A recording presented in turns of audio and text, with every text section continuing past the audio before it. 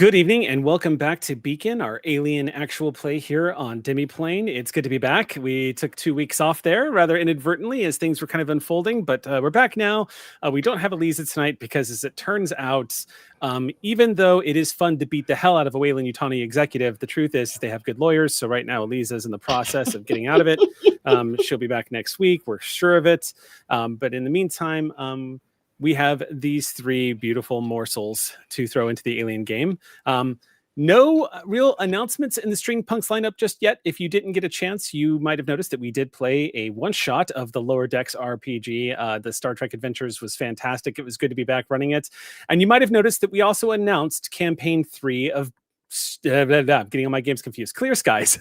I went through like the entire catalog of all the games Streampunks have run in the past couple of years to get back to it. Yes, Campaign 3 of Clear Skies. Nothing else has been announced yet. Nothing else to announce just yet, but stay tuned for that. More information will be coming out in the coming weeks. And if you want to get that information first before everybody else, make sure to be subbed up over on our Coffee and Patreon. Coffee is the preference. That's also where you'll get access to our Discord, and we also run monthly game over there. So check it out, Check it out. It's good. Supporting the Streampunks. Good stuff. Okay. That's pretty much the only announcement I have right now. Does anybody else have any announcements before we kick things off tonight? Really? It's a quiet night. We can just jump into the game if no one's got anything to say. Really? No one. Okay. Really? Wow. I don't know. Really? Yeah. Okay, wow. well, Yeah, I guess nothing. Yeah. Nope. I'm talking about fish now. Okay, talk about fish. So, like, animals that aren't us can change color sometimes, right? But have you ever heard of a fish changing color, like, by getting shinier? Yeah, that's a thing that apparently fish can do. This one fish's stripes get stripier. How and why?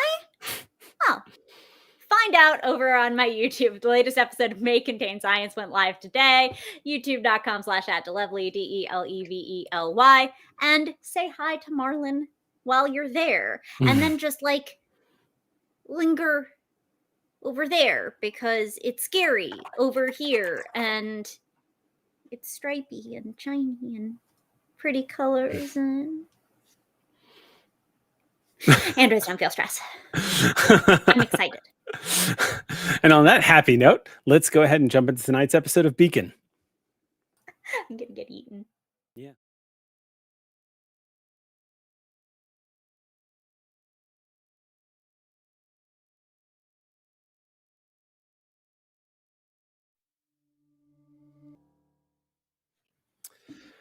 Welcome back. And we are going to be starting off tonight's episode where we left off last week, falling out of the sky. Particularly a controlled fall, however. We actually have to make a roll right now because as you all narrowly escaped the pirate chase that you had as soon as you entered system, you are now on your way towards the colony in question. Now, as a quick recap for everybody who just needs that refresher, you guys were dispatched to a nearby colony CJ329, also known as JINX colony. This is a Weyland-Yutani research facility, and apparently what it specializes in is survey. This is very common out here on the frontier, searching for planets that have minerals, resources, that sort of thing. Not that unusual. This one is a survey station of about 90 scientists and roughnecks that basically do some good old corporate work out here, earn a living, and then head home. Y'all were originally headed out here because you were playing Taxi. You see, you're still on the fence. Everyone here on the Elios, it has not really spoken to each other much about it. I haven't heard much of a conversation myself from these characters, but there is a reluctance, a anxiety about the possibility of going on this Great Mother mission and what it will mean for the crew of the Elios. We're talking at least 4.5 years out in deep space. Far beyond the red line. The payday is good, sure, and you'd be willing to do some good, but there's still a lot to do it here in the frontier. In the meantime, you've you've got a little bit of leeway to talk about it, as the bureaucracy of Beacon being absorbed into one of the greater institutions in the United Nations. Right now, Beacon is currently undergoing a management shakeup at above the top levels. And that delay has basically turned the Elios into a taxi service. You have all been dispatched to JINX colony, a few sectors away from where Beacon is located out here on the frontier, in order to pick up a scientist who was apparently supposed to be a part of the Great Mother mission, but missed his ride. Whatever is more to that, you're not sure, but basically has been hopping from sector to sector on whatever rides he can get in order to catch up and arrive at Beacon Station by the time the Mother mission arrives, so that he can be on board when that ship jumps. Right now, he is currently stuck on JINX colony, and you're off to pick him up. He is a geologist, an oceanographer, and he has a little bit of surveying in his background as well. But primarily, he is just a research scientist. Now, this simple job of picking him up has taken a bit of a turn. As soon as you all arrived in system, you were woken up with a bit of a surprise, an SOS. Isaac was able to pull you all out of cryo a little bit faster than norm, a little bit earlier, I should say. You all left hypersleep a little early, just as you were entering system, to discover that this colony has put out an SOS, and it's a few days old now. It's been transmitting for a while. When you all arrived, looking for evidence to see what was going on, you detected an incoming vessel. The Elios had its first engagement with a hostile vessel. You all managed to outrun this guy by running fast and not stopping, sticking close to the gravitational eddies of the moons that were nearby, and pushing hard to get past them before they could lock onto you all, and using some pretty impressive skills thanks to Mother and your resident technophile, Martha, who is marine trained in electronic countermeasures. She was able to use the rather aged systems on the Elios and the Mother system to jam and get past them so that you were not detected or locked onto. It's a pretty tense 45 minutes there of coasting through space at max speed and then going dark and hoping to the gods they do not spot you. And you succeeded.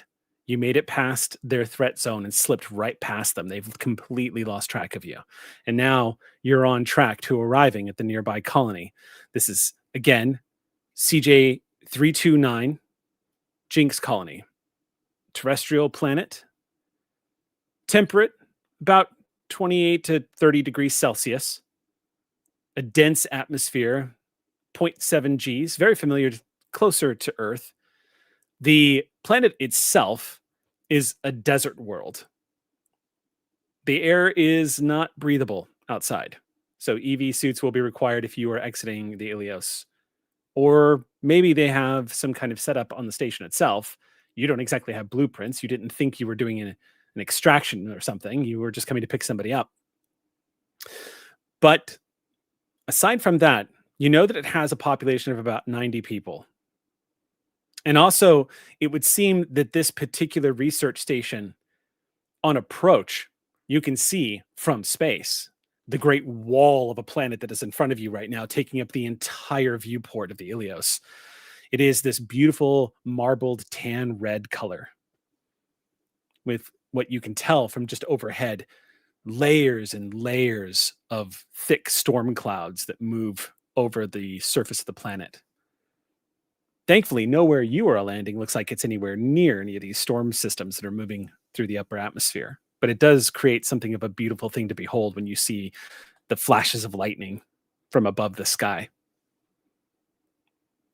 Right now, as you are all approaching, your new pilot, Connor, the elderly gentleman who is keeping his cool but is visibly tense after that mad rush past the pirates, is very dramatically flipping all kinds of switches and typing in commands as he navigates closer and closer to the planet. His eyes are stuck on the sensor readings, knowing full well that Martha is keeping her eyes on them as well. He looks like he is completely taken with them. Almost like he's just waiting for the boogeyman to jump out of a closet behind him. He can't take his eyes off the monitors. He keeps glancing up and glancing back, always looking over the shoulder of the Elios to make sure you are not being tracked. And we start with him saying something out loud that kind of confirms what perhaps a few of you may have been thinking.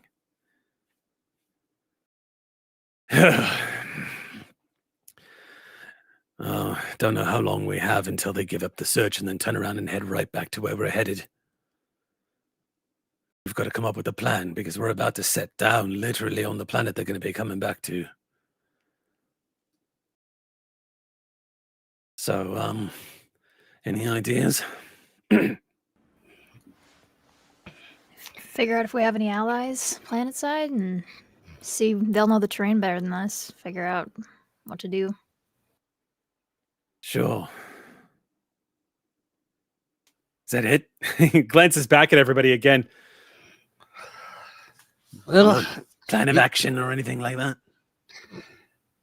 be quite honest, never been in a situation like this. Have you encountered something like this? And last time you did, what did you do? Something like this once before. What I did was we immediately signaled the authorities and we ran, jumped out of system. Oh shit, that's not an option. Not really.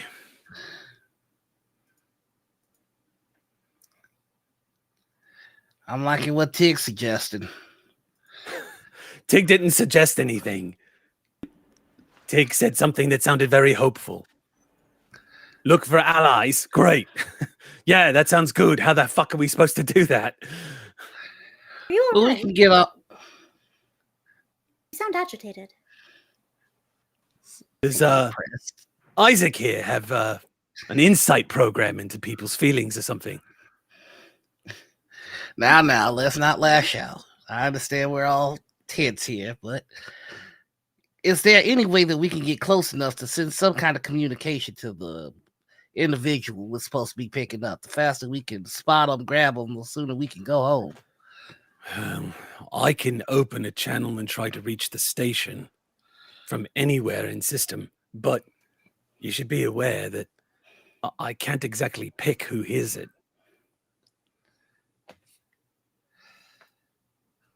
Maybe. Well, oh, please. Well, I was just gonna say I don't know how all of that stuff works, but we do have a Martha, and she like looks over. Is anything you can do?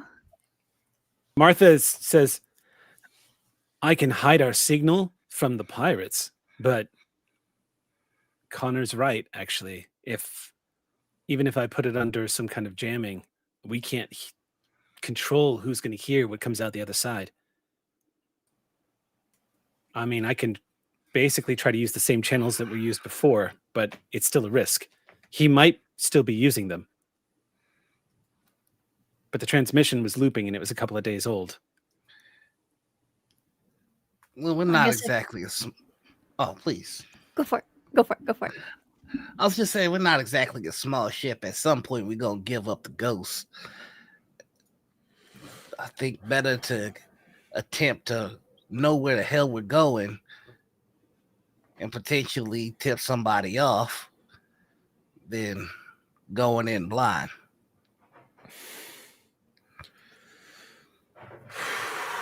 Well, he taps in a couple of commands on the control console, and you see on the sensors basically what looks like a blown up aerial shot from orbit.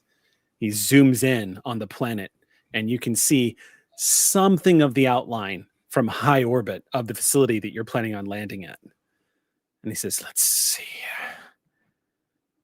As he zooms in at maximum zoom, which isn't great, you can see what looks like a small facility nestled pretty close to what looks like a breathtakingly large impact crater that must be 4, maybe 5 kilometers in diameter. Probably about as deep as well. The facility looks like it has a vehicle parked out front, and it looks like it's intact, but you also see there is a vessel that is also near the facility. It looks like it is docked nearby. You can't tell anything about it from overhead, just that it looks like. Actually, let me see if Connor can identify it by looking at it. Anybody else can too, if you think you've got anything that could help you here. Investigation check. If you are familiar with ships, then this How could. would we feel about heavy machinery? It is a heavy machine. I mean, you can't argue against that.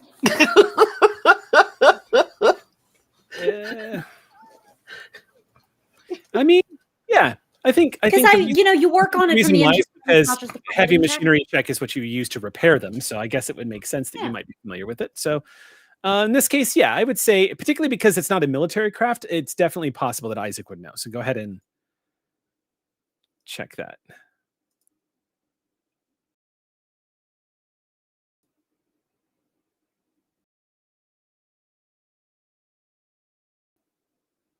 Let me know what you get.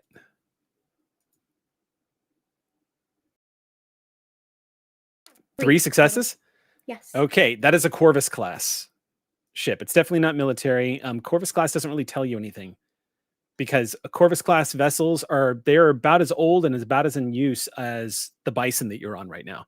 The Elios is an old ship. She's been flying for at least 60, 65 years. Corvus, maybe even a little bit longer in some cases. Is this the Corvus class that we detected before? Because I thought we had a second one. a The second one, one. Yeah, I thought we had, not the one that we just engaged with. yeah. So then there are 2.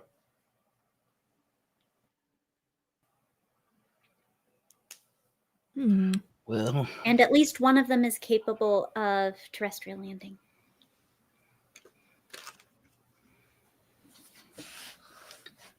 So I suppose it would be reasonable to expect that we might engage hostiles once we arrived, assuming that the second Corvus is of the same provenance as the first. Okay. So should I park us down next to the facility or try to find somewhere else? I think it's if we want to waste time and travel, or if we want to risk getting spotted. Yeah, I mean, is it really a waste of a time if it doesn't cost you your ship? It's just if we're gonna get they get longer to spot us if we have to make a longer trek. It's true, but I guess my suspicion, my concern is if this one, it doesn't even matter about this one, really. What I'm worried about is the other one. When they come back, presumably they'll be coming back to this facility. If they have us dead in their sights while we're landed, what would They stop could do a them? strafing run and blow up our ship. I mean, if they wanted to. If they are pirates, if we're already landed, anything could go wrong. We'd be very exposed. But I honestly, I didn't plan a rescue mission here, and nothing I can see looks like it's a good landing spot. I can't see. I mean, look at this terrain, and he zooms out. You just see he's not wrong. For miles, kilometers around this facility, it is just wasteland. There is barely any featured terrain. There's very little variation. There's a couple of sand dunes, but judging from the readings, most of them don't reach higher than 20 feet. It's pretty smooth. I say we don't really have much of a choice then. It If could it's be just visible bad. and convenient, or visible and inconvenient. quick question. They're scanning in this world. Like, are they able to scan in okay, so they're just being able to scan that there is a ship, not what's on it, right? I think we saw it like with our eyes on cameras. You can so you're asking specifically what the sensors can do in the alien universe. Yeah. Right. So you can detect vessels. You can detect the heat on a vessel. You can detect energy readings on a vessel. But no, you don't really get a chance to find out what's inside a vessel. life forms and such in Alien. That's a very it really depends on the kind of vessel you're using, but 99% of the time it's a let's go down and see kind of thing. Right. There's so much infrared signature from the engines and so on that it would blur our ability to detect heat signatures of individuals. All right. Well, my vote, for what it's worth, is well, we park near the facility. I think that the one thing that we need to remember is what leads these men, and that's avarice. They could blow our ship up, and that would be disastrous. But I do believe in my heart of hearts that what they want is to steal from us. And it'd be foolish to destroy the goods that they could acquire if they just came here and shot us dead. All right, I was expecting someone else to offer it, but no one has. So he flips on a switch and then unclasps himself from the seat, stands up, and faces all of you and says, I just want to point out that none of you have brought up the possibility of leaving. I mean, we're not a strike team. We're a bison taxi service right now, and we're not qualified to take on pirates. So I'm going to do whatever you want to do, but I feel like it's my obligation, since no one else has offered it, that we should run and go get help. And we are the help. If we die, we were the only ones that heard that SOS. I'm just putting that out there. We better not die.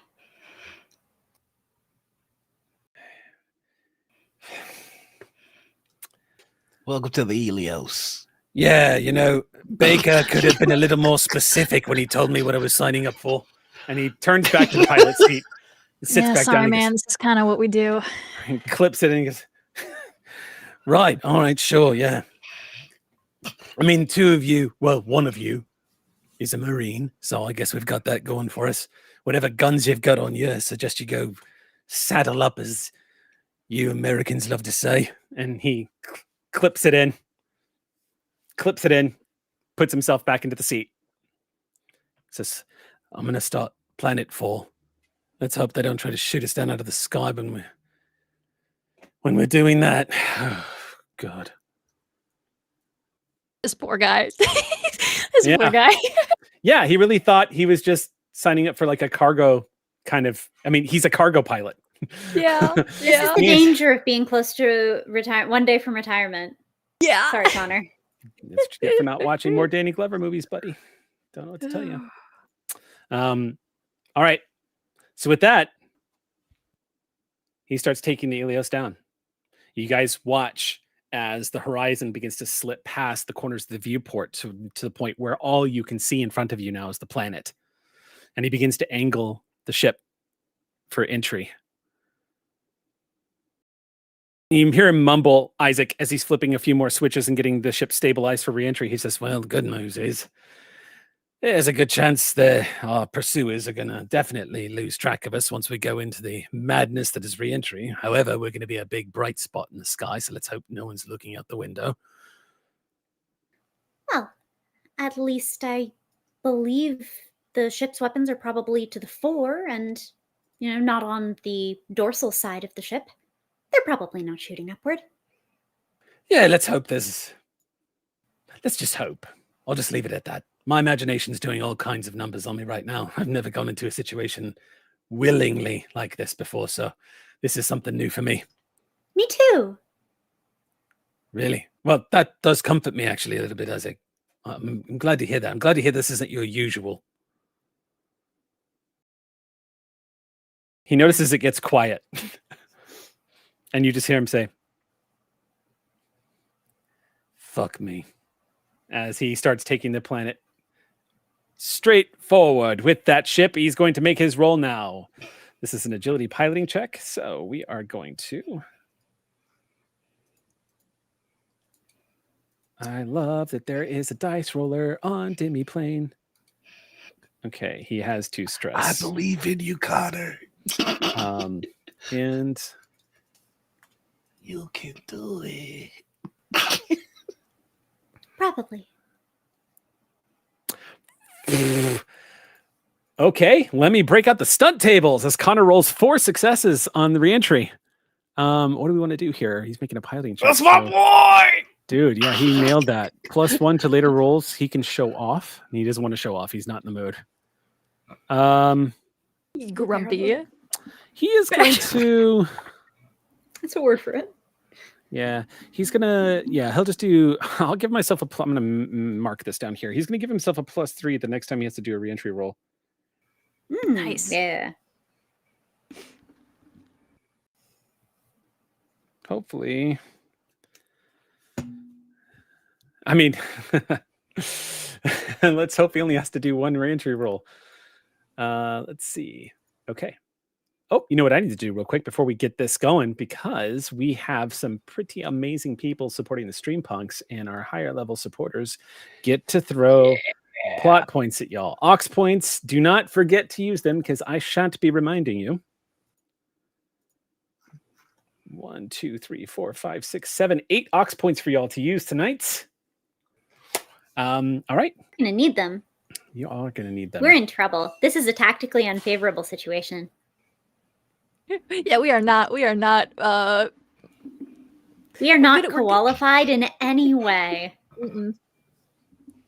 And no one should really take reassurance from that a 1-year-old hasn't experienced this. All right. Well, when you put it in that context, God. The Elios shudders as she breaks through the atmosphere. And the viewports in front of you, you see the metal shield start descending, and he goes completely into the instruments at this point. Smooth reentry, very little bumps. Very well done as he guides the Elios in. And you see him grin a little bit like he's satisfied and says, "This is probably the most well-kept bison I've flown in a long time."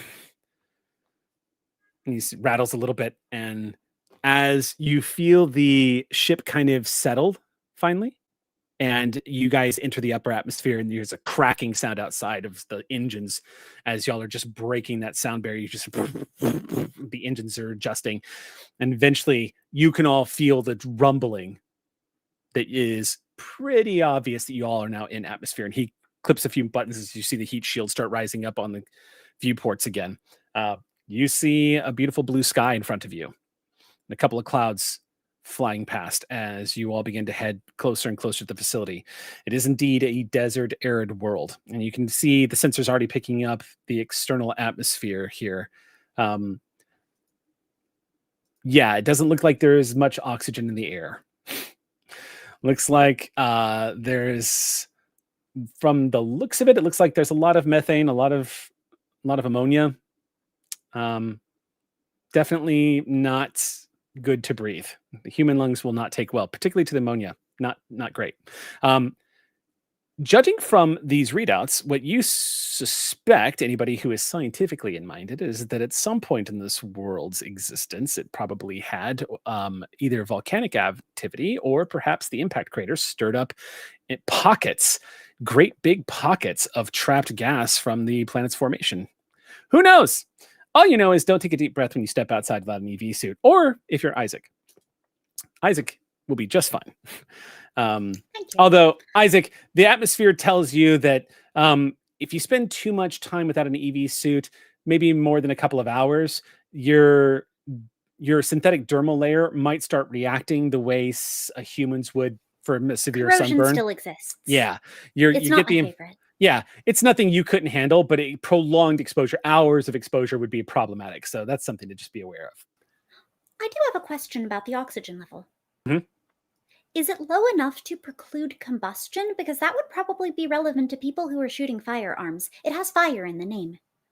The oxygen levels are low. It doesn't look like the methane content is really high enough to have to worry about that itself, and it doesn't look like the oxygen content is enough to worry about. It doesn't look like if you were to fire off, you get the impression that if you fired off any kind of weapons or even used a flamethrower outside, you would certainly get a greater burst, but you wouldn't have to worry about explosions. But So there is enough oxygen to Yes. allow for fire. Yes, but Okay. it looks like it would be more of a controlled burst than anything else. It doesn't look like the fire itself would not have any problem igniting. Combustion is not going to be an issue. So the oxygen level is too low for Too low organic to sustain. humans, but high enough to allow for organic human violence. Mhm. Got it. Probably what you're guessing is probably the early stages of terraforming taking place here. It's always a possibility, especially if a planet is yielding good returns for the company. They might invest in it. But yeah, you guys break entry and he brings you all down closer to the facility. The facility itself is pretty stock looking. It is essentially a large square building with a couple of rings, like tunnels running out from the side of it. You see these great big, like circular tubes that are moving, probably like retractable corridors that stretch out to what you assume would be ports for vehicles and whatnot. So people don't have to always suit up. Your guess is they're extensions to the building, perhaps a garage or a mechanic shop built off to the side. The ship, however, that is landed in front at this range, you're all getting a better look at it. So go ahead, if you would like, and make me an observation check. You do get a +1 bonus to this roll because of your altitude and y'all coming in at the angle.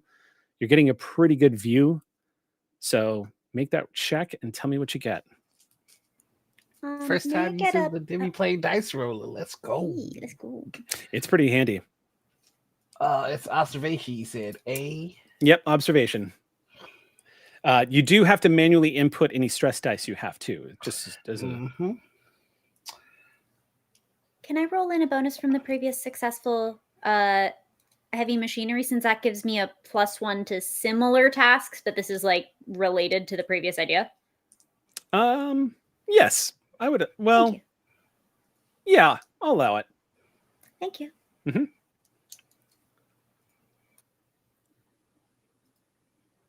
I should roll an observation check for our pilot too. No. He's got a little stress on him.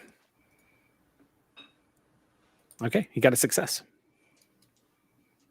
Good, because I also got a big old goose egg. Okay. How'd the rest of y'all do? No. I got 1 success. Okay. Between you and Connor, the two of you could spot that there are clear modifications that have been made to this Corvus. First of all, Isaac was right. This particular ship, Isaac was it was said in passing, but Connor points it out as y'all are getting closer. This looks like it's been modified to make planetfall. Most Corvus class vessels don't. You can also see it's been modified and it looks like it has weapons built onto the side of it that you can't tell what kind they are, but they appear to be some kind of mounted gun. Not particularly powerful or high caliber, you're guessing, which isn't too surprising. It doesn't look like it's maybe military grade per se, but definitely a weapon that can be used. And Corvus class vessels do not come with weapons attached to them. It's also the paint job. It's painted up with lots of reds and red streaks all over the side of it. Every bone in your body tells you that this is probably a pirate ship. This is probably not part of we'll say the fleet that they may or may not have out here working for Weyland-Yutani. This thing looks like it is very much from out of system. When the Elios touches down and gives that gentle lurching feeling as soon as the gear grabs all of her weight and settles it into the sand, there's a few moments where you guys can feel a little bit of imbalance, and Connor uses quick ship thrusters to sort of balance you all off, and he goes, fucking sand, you'd think the ship would be heavy enough. And then you hear and settles in, and he just puts his hands off the controls and goes, we lived. Flips a couple of switches, and he starts cooling the engines down. It says, no one's coming out and shooting at us, so that's a good sign, right? Let's So find don't out. jinx it. Yeah. Get it? That's the name of the. Ooh, maybe now I've got a less of a good feeling about this. Martha I'll say that. Martha moves over to the sensors and takes a good look, and she goes, no sign of the other ship yet. They might still be looking for us out there. Let's hope so. Yeah, about that. And Connor stands up and says, we can't all go inside. Someone's going to have to stay here in case they come back. And Martha says, that should probably be me. I'm the one that's best trained on the sensors, and if anybody tries to break into the ship, I can deal with them. And I can keep comms and tabs on you guys from here. But we know there's danger where the personnel are. And shouldn't we have you where we know there's danger? You shoot grenades. That's true. I'm happy to mind the ship. Keep an eye out for Dr. Impressive. Well, whatever y'all think is best, I suppose. I can fire a gun. I don't know if that's, We don't know the state of our guests, so that's going to require some medical attention, so I'll be going. We don't know if they've barricaded themselves or hidden themselves away, which might require your impressive brawn, Isaac. And of course, if there is to be some sort of firefight, I much prefer having Tig by my side. And we need to leave some firepower behind for Connor just in case anybody gets the fancy idea of coming to investigate our ship. I think that divvies out pretty nicely. What about the rest of you? Connor just glances back at everybody and seems like he's waiting to be told what to do. Works for me. All right. Well, those are the orders, I suppose. Let's finish this up so we can go home. Let's move fast too. Go get suited up. Alrighty. I can move brisk. I can't move fast. We'll work on it. One sec.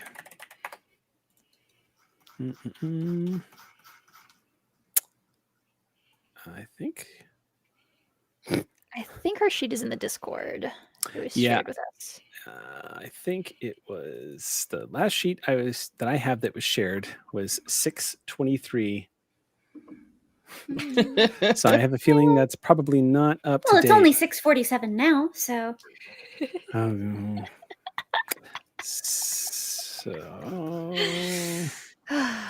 Yep, that's the last one I have. 6/12/23. Remember, kids. Keep your GM updated on your character sheets. Oh, here we go. I found it. Current Martha sheet. Nope, that's the same one. Never mind. All right. All right. Well, tonight the part of Martha will be played by Martha from 6 months ago. All right.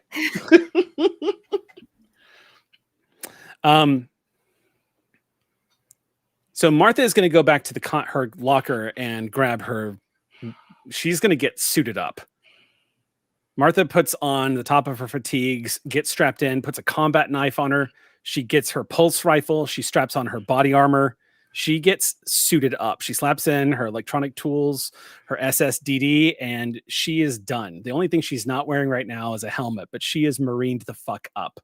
You see her, she pulls back her sleeves and rolls them up underneath and checks her grenades to make sure that she still has some loaded into the bottom of the undersling on the pulse rifle, which she does, and steps out and looks at everyone and says, all right, Connor, you're staying here with Isaac? And Connor says, Martha. Connor and Martha are staying. Connor and Martha are staying. Okay, I thought Isaac was staying and Martha was gone. No, Doc ordered me in case there was brawn. Okay. Required. Yeah, Martha, I think, would still be suited up. I think it's still good to be suited up. She's still suited up because you have no idea. You might be surrounded by enemies right now and not even know. Yeah. Which case, she asks, Connor, are you staying or going? And he goes, well, I mean, I guess I could go. I mean, I'm not much. The only other thing that I can do quite well is fire a gun, and I'm not doing any flying right now. And if you're staying here, I mean, what do you all think? Should I stay or go? I think that the last thing that we could afford is to lose our pilot. So I'd feel much safer if you stayed in the company of Martha right here in the ship, ready to get us the hell out of here. All right. Well, if you're going into a pirate-infested facility, I think more than one of you should be armed. And he heads over to his locker and opens it up, and you see him pull out what looks like a small service pistol. And he pulls it open and checks. He's got 2 clips, and he holds them up and he goes, "Who's getting it? Who wants it?" And he looks at Isaac for a moment and goes, "Oh, right." Yeah. And then he hands it over to Doc. I'll just hold on to these. Don't worry, Tig. I'm not gonna do anything crazy. Yeah, we'll see about that. Martha will call you when it's time for violence, if it's time for violence. She Do we nods. still have a Comtech equipment. Either one. Hopefully the Comtech equipment. But probably the violence. But maybe the Comtech equipment. I'm Probably the violence. I'm gonna keep the engines warm just in case we have to run, because the Good call. Elios is a big one and she doesn't exactly take off quickly. At one point we had encrypted comms. Is that something that needs to get re-upped? No, Or no, we still have that? I'm happy saying that Martha basically just refreshes that. Cool. Making sure Yeah, that they don't everybody have our has them up. keys. Yeah. Mhm. I'm completely fine saying you guys have that refreshed. Delightful. I have And- a question. yeah. We got a nice overhead of the facility. Mhm. Is it a standard Wayland-Yutani prefab such that the layout might be recognizable in some way? There's no way to tell that from overhead. Really? If you look down at it, you can't see? You'll see a big Okay, square. Fair enough. But because prefabs, particularly Wayland-Yutani, are so modular, they can be used for just about anything, in which case they are almost always completely different inside depending on what they were created for. So in this case, research facility, it's very likely you have no idea. That's an easy thing to get from the mother system if you get inside, though. Yeah, but then I'll already have the layout. I'll be inside. Perfect. I mean, Okay. assuming you're able to run through every single hallway. Yeah. Yes. Okay. Hey, I'm just gonna watch. Shall we? Martha stops everybody and just says, "Be careful, okay?" You too. Absolutely. Which one of these buttons was the safety again? Just real quick before we Tig get takes into it from Tig Floyd just takes it from him. You sure you don't want me to go? Because you say you can't live without a pilot, but how well are you going to live without your doctor and your captain? We'll manage. She looks at All right. until you need it. I'm holding it. And she puts it All in. right. I just process of elimination. I knew the one thing was the trigger. Yeah, All right, on the let's ship, go. though, as we're like walking along. All right. You all need to get into EV suits. Yes. Yep. So everybody, I'm guessing except Isaac, suits up. In which case, y'all are going to need the stats real quick for your EV suit, because it actually is going to help you. EV suits are bulky and difficult to move around in, but the good news is they actually do offer a little bit of armor. The bad news is they do have oxygen supplies, so do keep that in mind. Now, on your character sheet, you will see that in the bottom left corner, it'll have a consumables. If you're using the Demiplane character app, that's in the dead center Mhm. of your character sheet. You'll notice it there. Yeah. So it's go ahead. Air, food, and water. Go ahead and input Air 6. You have a full tank, as they say. Filtration system is good to go. I don't But like this. But it is a limited supply issue. Now, real quick, before we engage in the scene, I want to go ahead and let you all know, and as a quick reminder, this is campaign play and not cinematic play. Cinematic play, which is supposed to be like a movie scenario of Alien, is very, to be blunt, fucked up when it comes to the supply situation. And facehugger rolls on supply rolls will subtract the number of air that you rolled as facehugger rolls. I've house ruled something a little similar to Forbidden Lands. If you roll a facehugger on your supply check, then your air will always only drop by 1. So you can't go from 6 to 4 or 6 to 2. But there are ways for your air to deplete rapidly, such as panic rolls and getting your suit damaged. So keep that in mind, because if you have to make a panic check, you immediately have to make an air check as well, because you start using up a lot of air fast. So keep that in mind. That being said, you guys are going to spend the next few moments suiting up. Now, do you guys, out of curiosity, before we do this, if you look under, if you're using Demiplane, if you go to gear, you should be able to input. You'll see it has biosuits and everything. Just go to gear and then click on, or just enter it into the and it should be environmental suit. Or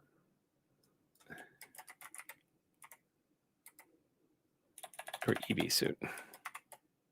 Oh, we have to hit manage gear first to get it. Oh, yeah. If you're using the character sheet, you have to use manage gear. Yeah. And I'm guessing it's not the UDEP ultra diffusive environmental ponchos. Wouldn't that be great? But no, you guys don't make that kind of money, sadly. So, yeah. Unfortunately, no. Let me just double check this real quick. It's EVA hard suit. Well, then again, actually, I'm going to make a quick roll here because I don't know what kind of suits Beacon would have outfitted you all with since you returned. Because you guys got an influx of funding before you left. Very nice suits. That's true. So color coordinated. Let me see. Swaggy. Because y'all are now technically, y'all are the UN. Y'all are technically working for the UN now. So you are technically a government sanctioned mission. And I think you're going to be given the survival heart. Let me just make sure that that's within the appropriate. Oh yeah, okay. What, they gave us a Gundam? That's awesome. This game just changed. Yeah. I mean, if it's going to be my game, I'm going to just be like, well, you all get battle mechs. I can't even imagine. Okay. Okay.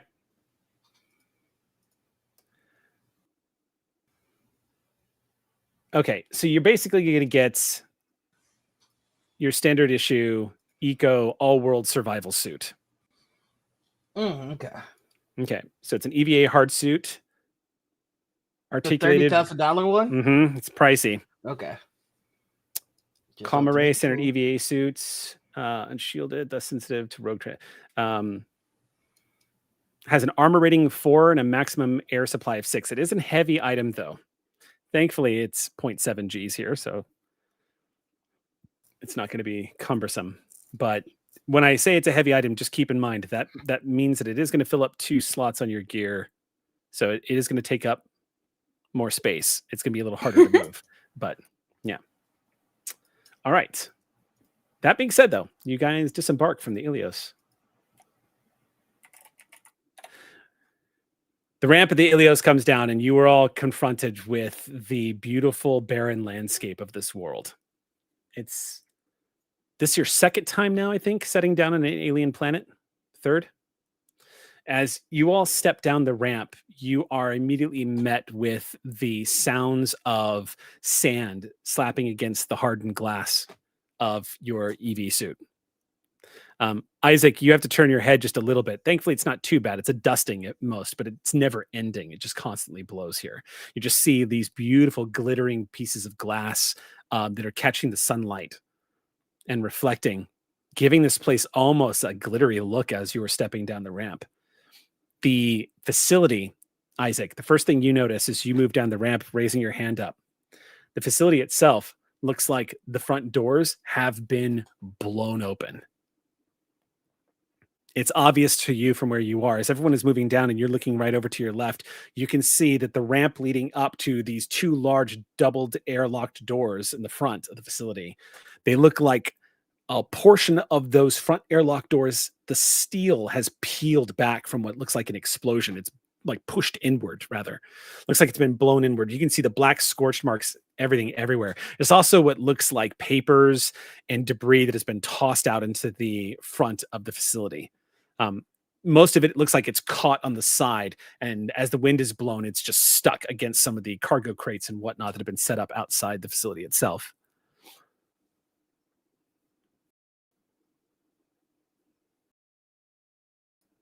they need those doors to kind of be intact to have a proper air supply and stuff?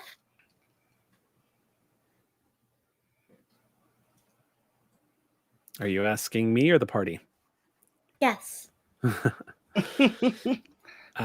Yes. Life support. Making would sure be there wasn't like compromised. an airlock thing that I might have missed on description. If it follows no. the standard setup, then there's 2 doors, but the outer door has been blown open. So there's no telling what condition the secondary door is in. Tig, if it's all the same to you, maybe I should hold on. She hands to it back to him. She hands it back to him. Okay. We're even though talking, the hand is out. All right. Safety's the one on top. I do that. That Point was it downward. Of course. until you're ready to shoot. Of course. All right. And don't let your finger lay on the trigger. That's bad trigger discipline. That my boy taught me that one. All right. Good. All right. Okay. And So after that, then she lets go of it. You've both been holding on to it through this entire time. Slowly let go as you're handing it over to him. all right, we should go to the place with the door open. That seems inviting. Not nearly like a trap. And I'm the captain, so okay, here we go. It's just like slowly walking in this big old EV suit. Okay. You can Weapons out. We're gonna go check it out. All right. You all carefully make your way towards the front of the facility. Go ahead and meet me on an observation check as you all approach. Oh, balls.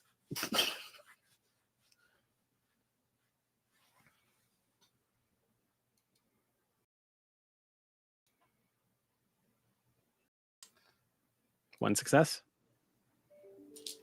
2 If 4s successes. were 6s, I'd be so impressive. Alas. 2 successes. 2 successes. All right. With 2 successes, that is going to give you observation. Let's see. You get to ask me a couple of questions. Well, specifically, you get to ask me one question. Caitlin, you only got 1 for Tig, right?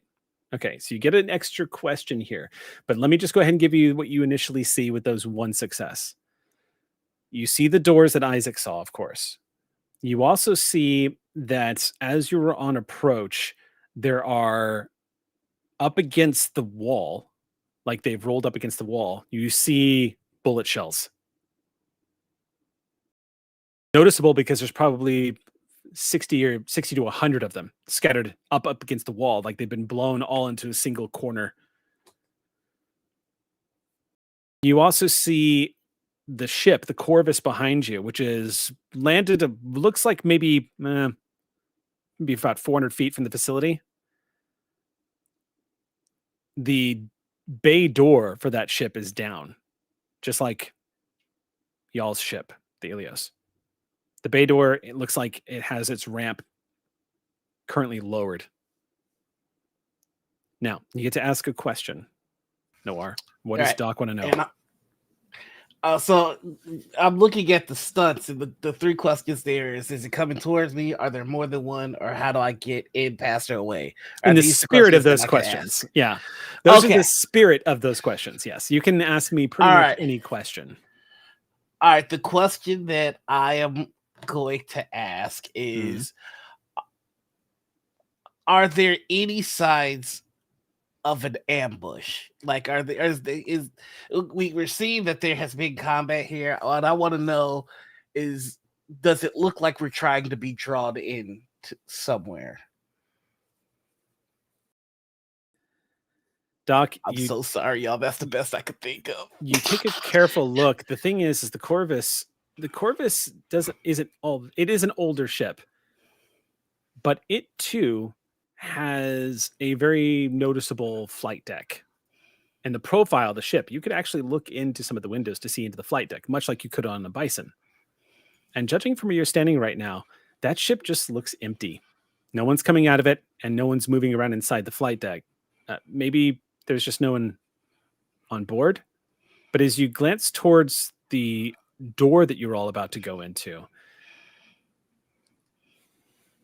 it does feel unusually still. You don't think there's an ambush. It doesn't feel like anybody's waiting for you. In fact, quite the opposite. It feels like, surprisingly, you don't think anyone's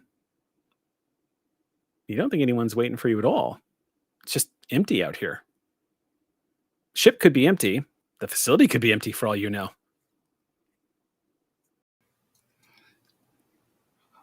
All right, T. I wish that I had more professional ways to say this, but I'm getting the willies by the door. But I'm looking at that ship over there, and it feels empty. Captain, Doctor, Captain? Doc is fine. Yes, Isaac. Yes, he is. But perhaps we would like to verify that sense of ship emptiness, if only so we don't go into the building, and then they come behind us, and then they go pew, pew, pew, and then we go dead, dead, dead. Tig. That is... okay. I'm going to give Tig this because of Tig's profession. Mm-hmm. But as a retired Marine, that would be the standard way to secure the area before you went into any kind of situation like this, would be to secure that ship first. Yeah. I'm into it, Doc. Well, it's an unplanned detour, but honestly, I'd much rather look at that ship right now than whatever is happening behind that door. I've got the willies. So it'll be there when we get back. Yeah, and hey, who knows? We might find more of the self-defense tools in the ship. I don't like calling them guns. Just walks in the direction. What are we supposed to call them, Tig?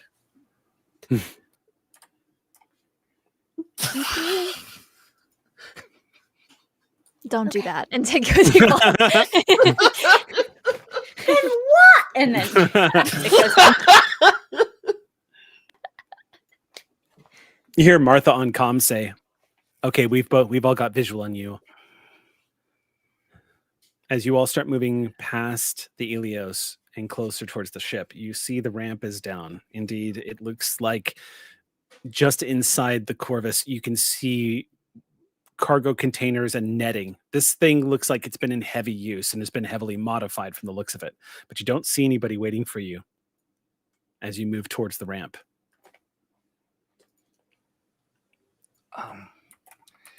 I'm not familiar with the procedures and protocol. Should we like let out a call like, "Hey, we're here.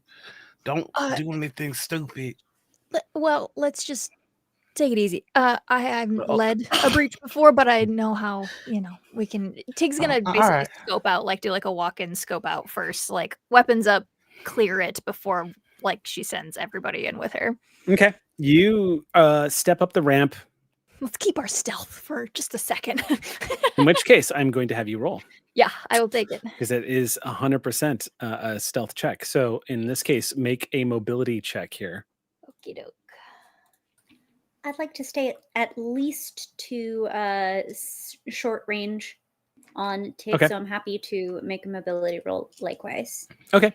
Sounds good. Are we all making mobility rolls? Because if you were trying, No, you're fine. You're chilling. Okay. I got a success. Okay, Sorry. perfect. Got my dice stuck in a Not box. that you aren't, very mobile and agile, Doctor. Just perhaps if you wait for a moment. I'm now, just so you know, I'm fine staggering these rolls. The reason why Sam was asking is because Alien follows the exact same philosophy that other Free League games follow, which is you're only as quiet as your loudest person. Yeah. So it's usually this person with the lowest stealth check makes a stealth roll when the group is trying to stealth. In this case, though, Isaac specified I'm hanging back and I'm taking my time with this. So in this case, individual rolls are permitted. So go ahead and what'd you get? You got one success? One success? Mm-hmm. Doc, are you sneaking up at all? Stay. Doc was made to stay? Okay. Stay put. You hear Martha. I rolled. Go ahead. I rolled just to see what I would have gotten. I got 2 face huggers. So yeah. That's a good call. In which case, You guys make sure that did you roll that on Demi Plane? Because I don't think it doesn't automatically update you with stress if you ever pushed a roll or anything like that. Not that you would have gotten it for rolling 2 face huggers unless you pushed, but okay. Tig, slowly making your way up the ramp. Every instinct in your body is screaming how you would be yelled at by your former CO. Like a one-person sweep of a ship is very dangerous. These were always the most dangerous things. Yeah. She doesn't lead either. Entering a ship, onboarding a ship was always one of the most dangerous things you guys ever did during the colony wars and the frontier wars, because doors and corners, this thing is nothing but doors and corners. Small corridors of people who can entrench and defend like everything. Of course, if your job was to flush it out too, it wasn't always good for the other side. Grenades and flames kind of does the trick as well. But as you're stealthing in, you just feel very vulnerable. That inner Marine is kicking in, and you're just like. But let's be honest, Tig, you've seen some shit. Also, her inner Tig instinct is stronger, and that is don't let Doc walk in until she clears at least the entryway. Yeah, survival instinct. You guys slowly make your way up the ramp, and as you reach the top of the ramp, Tig, banking off of the previous, again, I'll just throw out a game reminder because it's been a couple of weeks since we played. Again, like other Free League games, which can be very punishing if you're not careful. Free League encourages you not to roll all the time. So in the case, I'm going to just bank off of your previous observation rolls to give you this, that when you and Isaac start reaching the top of the ramp, one of the first things you notice is sand has collected in here. You can see it's built up on some of the corners and where the wind has blown, indicating to each of you that this door has been open for some time. And it doesn't look like the door to the inner part of the vessel itself has been opened, at least not recently.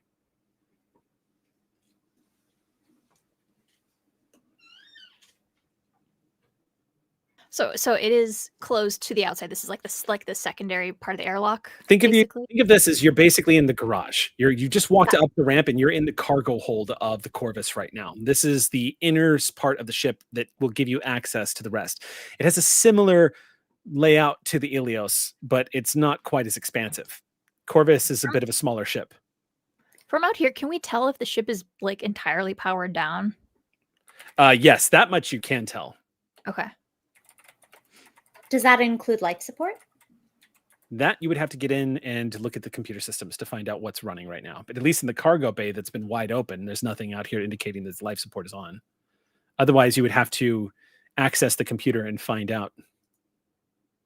I mean, but by the time we're in, we could breathe the air or not. So in here, so you said it's like a garage. Like what kind? Like, is it like a stocked cargo bay? Is it completely empty? Like what's in here? Anything? You see crates. Looks like a bunch of crates have been lashed up against the wall. A few of them. One of the things you notice is none of these crates look uniformed. They look like they're from all over. Some of them have the Weyland-Yutani logo. Some of them have some other logos that don't look too familiar. Perhaps maybe not from the United Americas, maybe from Three Worlds Empire or possibly UPP. But it looks like crates from ranging all over the place are stocked up in here. If they are crates that were taken from like facilities like this, Tig is thinking like the closest, if she can find anything the closest to the door or the most inward stacked boxes, are there any labels or anything that would indicate that these were taken from this facility? That any of the, like, if any of the recent ones were brought in, like, did they get a chance to loot yet, is what she wants to see. You want to scope out the crates. Just if there's like any sort of labeling or like markings that would indicate that it came from this colony. That is going to be an observation check. Okay. Because there is a possibility to turn up information here. So,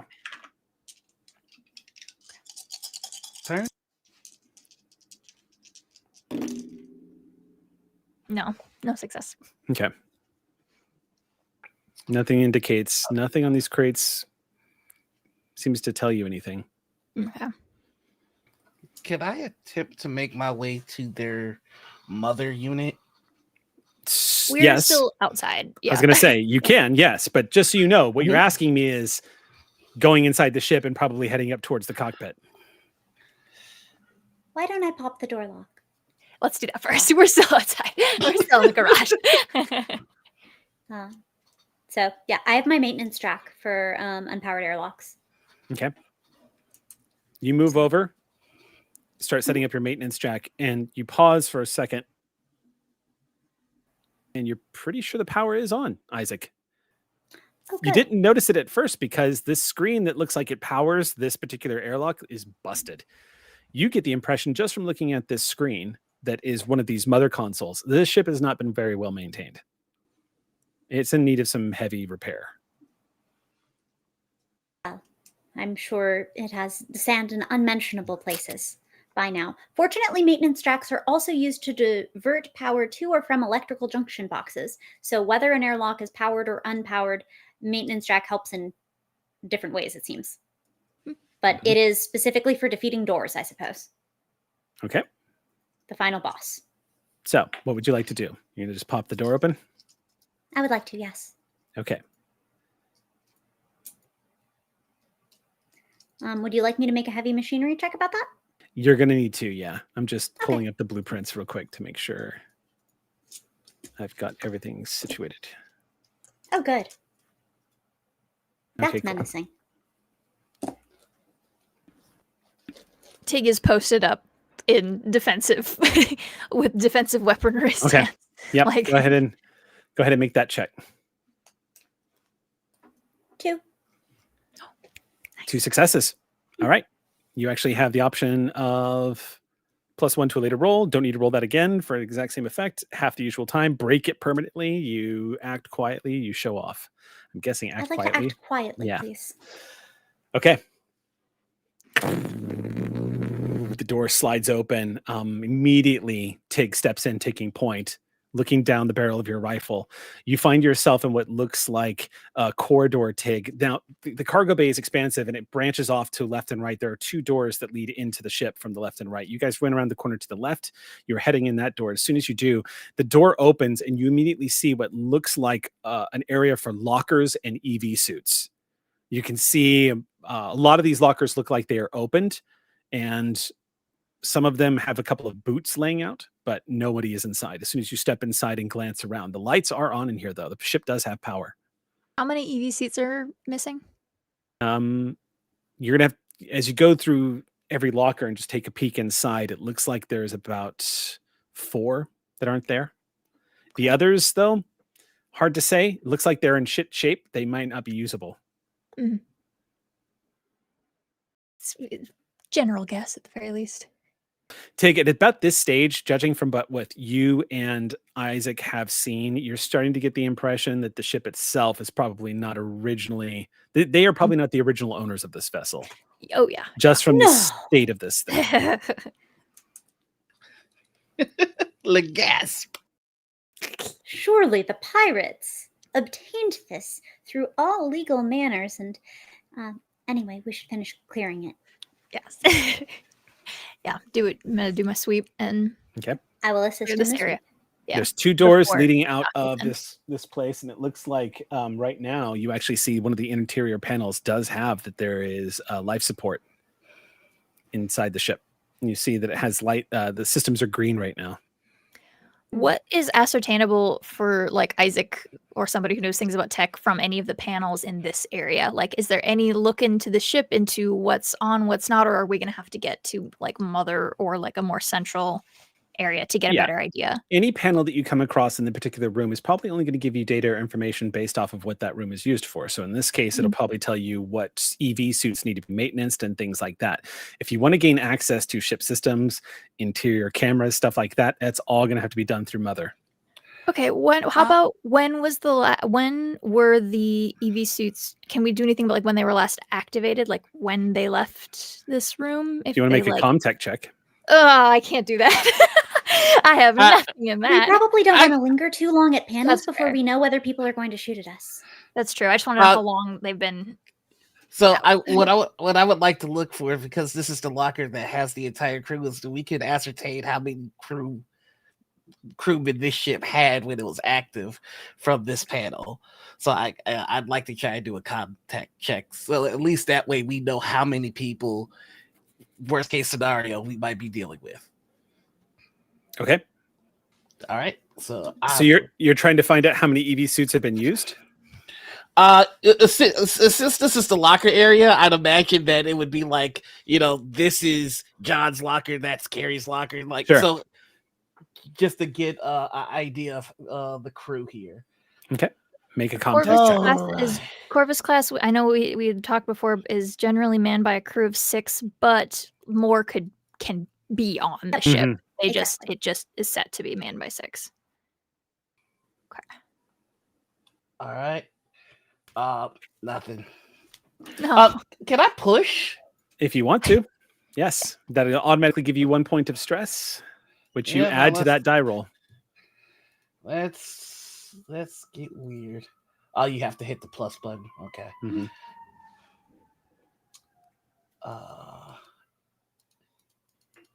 There we go. All right, that's better. I got 1. Okay. This ship is crap at keeping records. Because the first thing you see when you start calling up records of maintenance or anything that's been done on any of the EV suits that are located in this room is the last time it looks like anybody tracked anything was maybe 15 years ago. Oh, okay. It's the last log where anybody has made any kind of entry. And judging from that entry, you see a lot of the data as it pops up, it names some random person and is filled out what is, according to this, they're going to be their final log on the vessel. And that's all it lists. And it has an employee number. All right. Well, Bill's a bus. Let's keep moving forward. We'll just keep our stealth and sweep and stealth and sweep and try to keep everybody. All right. Now, if you are going to spend time sweeping through the ship, it is going to take you an entire shift to scope out the ship, because there are 3 decks, and it is not a small vessel. Small compared to the Elios, but not small. So if you're planning on going room by room, it's going to take you an entire shift. So I just want to note that as of right now, if y'all are going to do that, it's going to be, I'm going to have you make a stealth check again, and then an observation check for the entire shift. A shift is it's like 6 hours, isn't it? Or do I have that wrong? It's like 4 to 6 hours. It can 4 to 6 vary. hours. Okay. But yeah, for the most part, it's Okay, what do we think on that? I'm not sure if my vote is to beeline it to your mother. We could get all the information we need from there. And also, if one has control of the controls of the ship and or the engine room, other people can be on other parts of the ship, but we're holding key parts of it that are tactically significant or can be broken and would make them sad because it's broken. They probably don't want their ship controls broken. All right. Yeah. All right. We're going to sweep our way to Mother, not the whole ship. We're going to specifically try to stealth our way into the driver's seat. Okay. In which case, go ahead and make me stealth checks. Okay. Actually, if y'all are moving, or would you like Doc to make one? No, in this particular time, since you're all inside and you are all moving, I'm going to need whoever has the lowest stealth is going to be the one that's going to have to make this roll. Who has the lowest mobility check? 2. 7. Who's got the lowest mobility skill? Doc. Doc does. Okay. 2. Yeah. Okay, so Doc, you're making a stealth check for the party. Agility plus mobility, right? So okay, a quick question about that, because when I'm rolling die on Demi Plane, it's just stress and mobility. It doesn't add my agility. So what you'll have to do, you're talking about the character dice roller? Mm-hmm. So what you should be able to do is your skills should be listed right underneath your attributes. And right. You should be able to click on that as well to add those dice. Oh, okay. Let me know if that worked. Oh, yeah, it did. Okay. Okay, cool. Duh. Yeah. All right, thank you. No, it's super useful, but yeah, it takes a little practice to use it. That's all. Here we go. Oh, yeah, I got one. Yeah. Sweet. All right. Of course. I saw a cross on the stress and I was like, what does that mean? But I think that's good.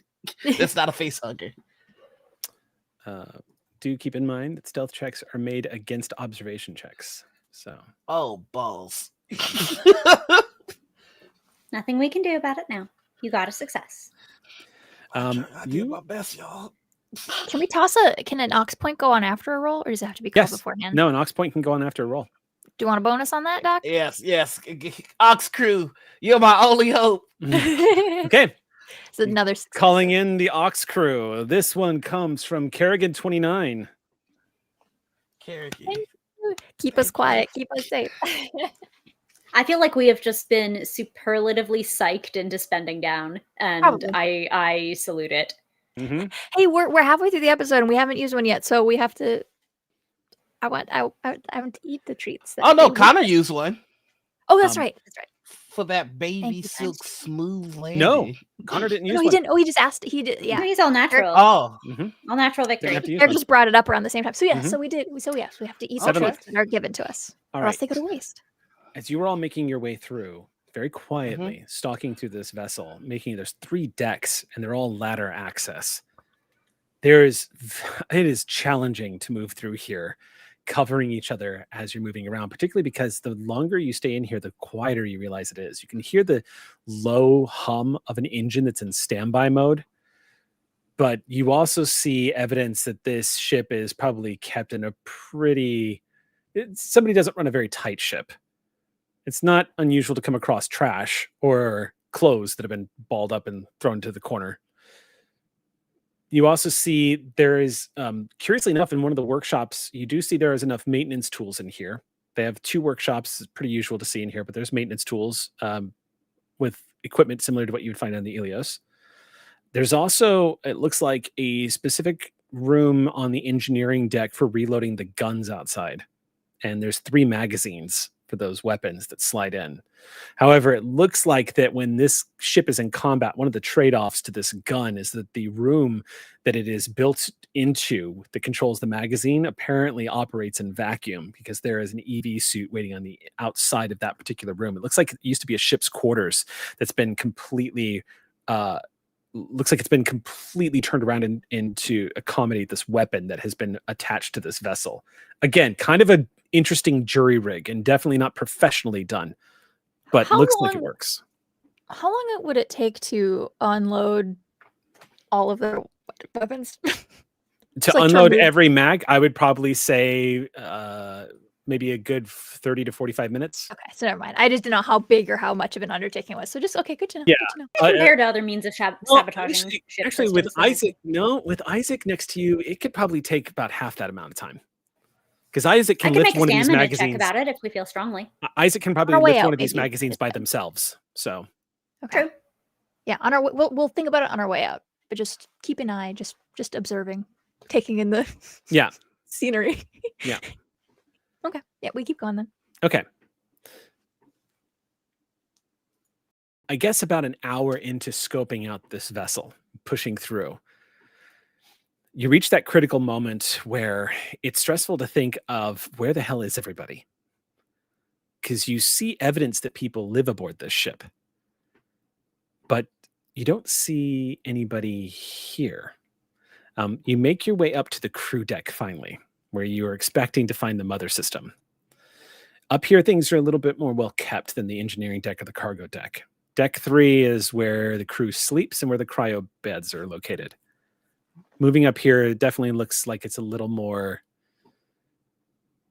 well kept. You see it looks like there are used ammo cartridges that have been left out in the crew common area. Cigars that have been burned down to the nub that have gone cold for some time now, sitting in ashtrays. You can see cans of used beer that have been left out. Someone hasn't cleaned up after themselves. Moving through room after room, the power is still on, no lights needed, really. You're just moving through here. You come to a corridor towards the front, heading towards the front of the ship. You come to what looks like the captain's cabin. Let's see, is this the crew deck? Yeah. You come across, to your left is what looks like a life support raft that might actually have a smaller vessel on the inside used for if the ship is about to blow. Crew quarters is far to the left as well. The captain's quarters is right across the hall from them. The cockpit is at the very front of the ship, obviously, and that's also where you're going to find comms as well as the mother system and the ship logs and such. What specifically would you like to go check out? There's also, of course, medical as well. I'd like to personally check out medical. I could tell a lot more from something I'm familiar with than with something that I'm not. Tig's posting up defense. She's letting these two lead the charge on info. Martha checks in with everybody and lets you know that the Elios still has not detected the other ship. Fascinating. Don't jinx it. All right. Making my way to the medical office or medical facility here. Head down the corridor. And I am looking through I'm looking through what they've used. Like from what they've used, I should be able to tell, okay, they were treating the gunshot, they were treating the illness. Like that's what he's looking for. Okay. They never restocked anything. These corridors are quite retro looking. They look hexagonal, pipes running down the left side. They've been like lashed very carefully to the side so they're out of the way. The walkway itself, even here on the crew deck, is much more of a catwalk than it is any kind of comfortable solid flooring. Again, difficult to stealth around this, but it's well lit. And as you move down the corridor, you come to a junction where you have to enter through what looks like a sort of like a wide-lipped cargo area door to enter into the next part of the ship, taking one foot over the other, and then slowly sloping. Corvus class vessels are so called because the ships themselves have sort of a unique framing to them that almost makes them look like they're slightly bird-like, though you have to use your imagination to find it. But in this case, you would be in what would be the wing. And as y'all are moving around the corner, you can see an old symbol, medical symbol. Looks like it has long since eroded or scraped off of the wall. It's barely visible on the bulkhead. The doors are closed, but as you approach, they hiss open, revealing a well-lit room inside. It is a large, spacious medical facility. You see that it looks like there are 2 beds inside to accommodate for patients. It looks like it has a diagnostic area. And the moment you step in, Doc, and just taking a look around, there's a couple of things you notice right off the bat is that the equipment in here is long out of date. This is stuff that you typically see on some of these older freighters that don't have a lot of money. There's no auto dock in here. And judging from the looks of their wares, they've probably long since run out of medical supplies. They probably don't have much in the way of medical supplies. But the real thing that grabs your attention is the body bag that's on one of these beds that's just laying there peacefully, zipped up. And judging from its bulk, something is inside of it.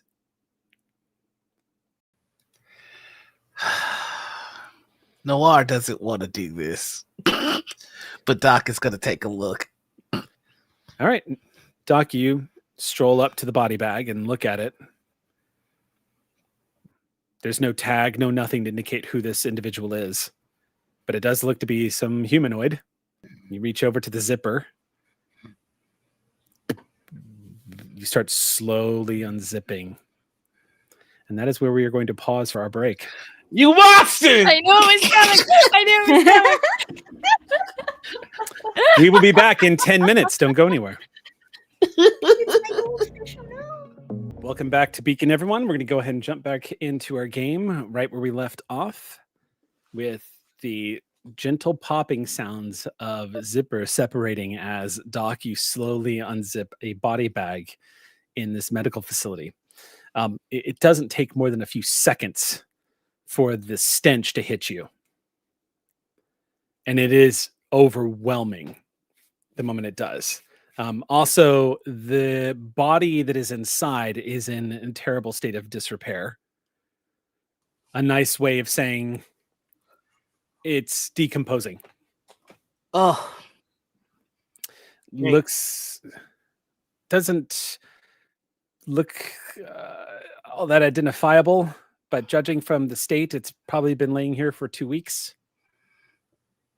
And it's already begun to show all of the terrible things that happen to a body in a 2-week time span when it's not managed or kept on ice. Why it's here is kind of beyond you. Yeah, is there a more area in these quarters by chance? No, doesn't look like it from looking around. Standard procedure. When something like this happens and there's no morgue, it's pretty standard that you have a funeral out in space. And they kept this body for some reason. And there's no notes or anything written near or by this bed? No, doesn't look like it. You just see this body bag and the thing that's inside.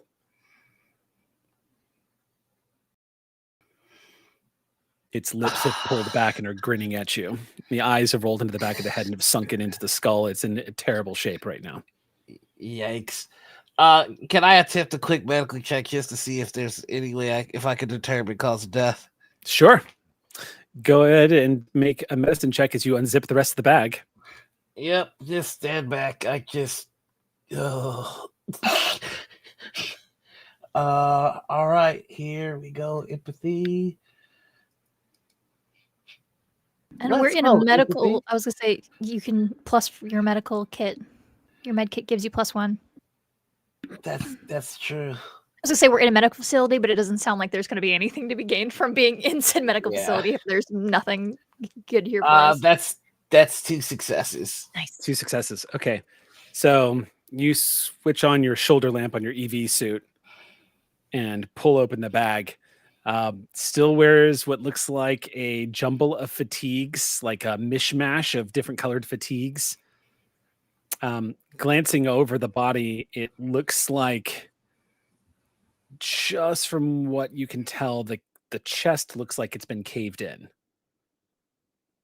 Looks like there's been severe trauma to the chest area, and there's a severe decompression at the very center of the chest.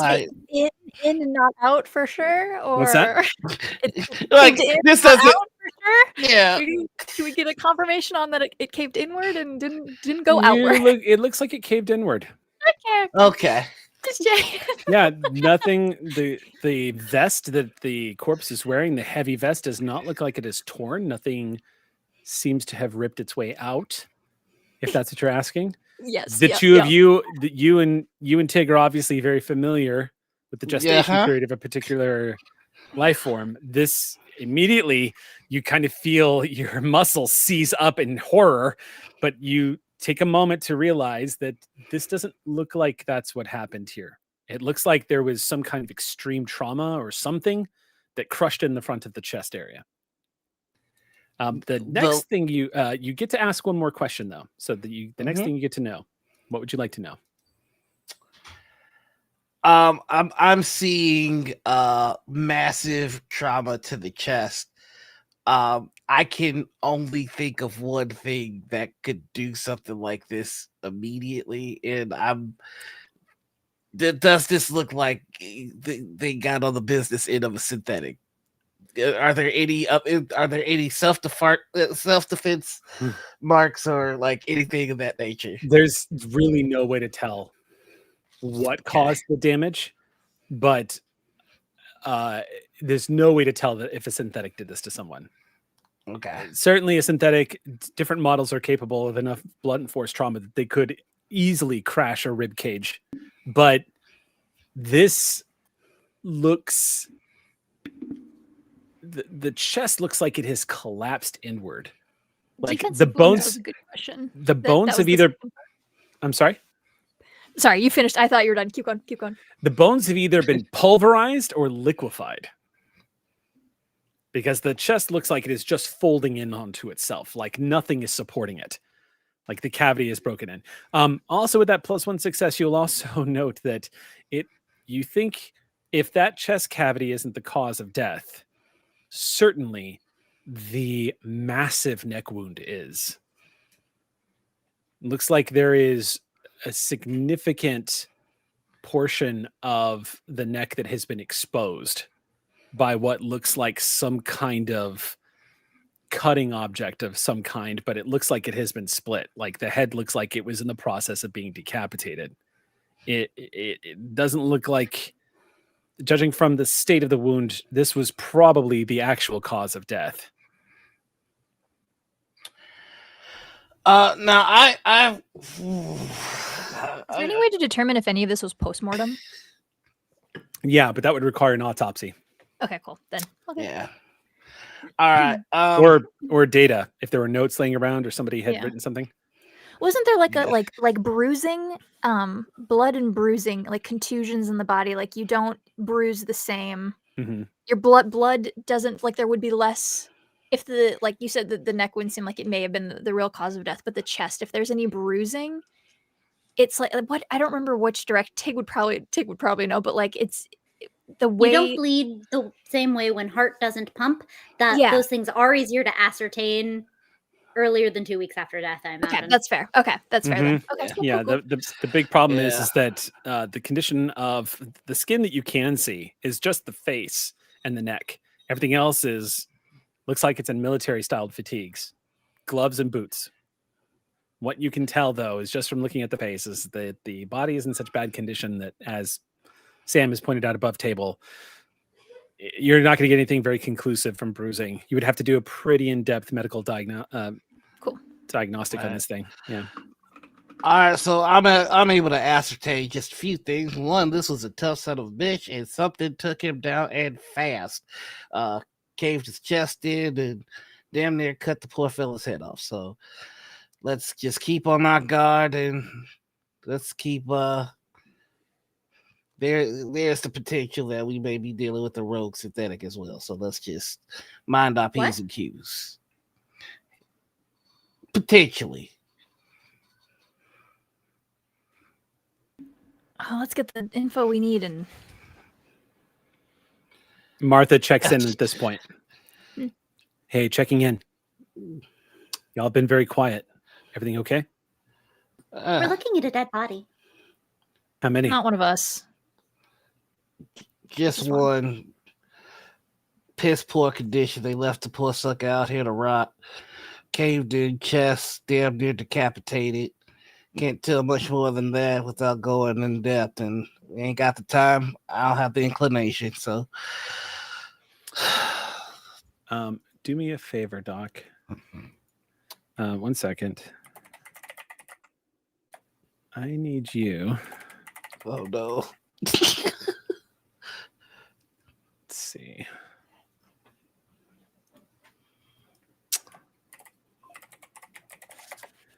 One second. I'm getting more scared. I'm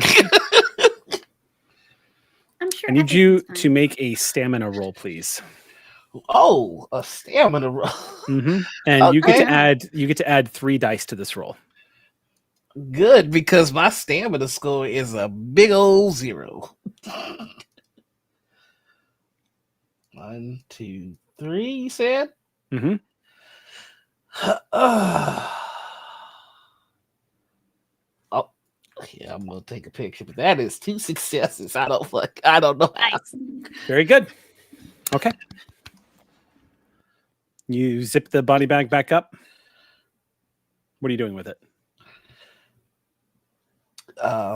Gonna just mutter a little prayer, say I'm sorry I couldn't do more for you, son. And all right, where do we go next? It's up to you. What else you want to check out? We never did make it to the cockpit, did we? No, you skipped over everything Yeah. else. You didn't go Yep. left. You just went right. You started with That's the what I medical thought. facility. Yeah. So, all right, so let's back to the original course. Let's make our way to the cockpit. Start digging around and mother, see what Or we wherever can find Mother out. is. Yeah. Well, you are on the crew deck, so you reach back. You head back to the junction point where you were, and And to your left is another corridor, and up ahead looks like is a large walkway and open seating area. Looks like a sort of like a secondary deck before you reach what would appear to be the slope that's going up into a narrow hallway that you imagine leads into the flight deck.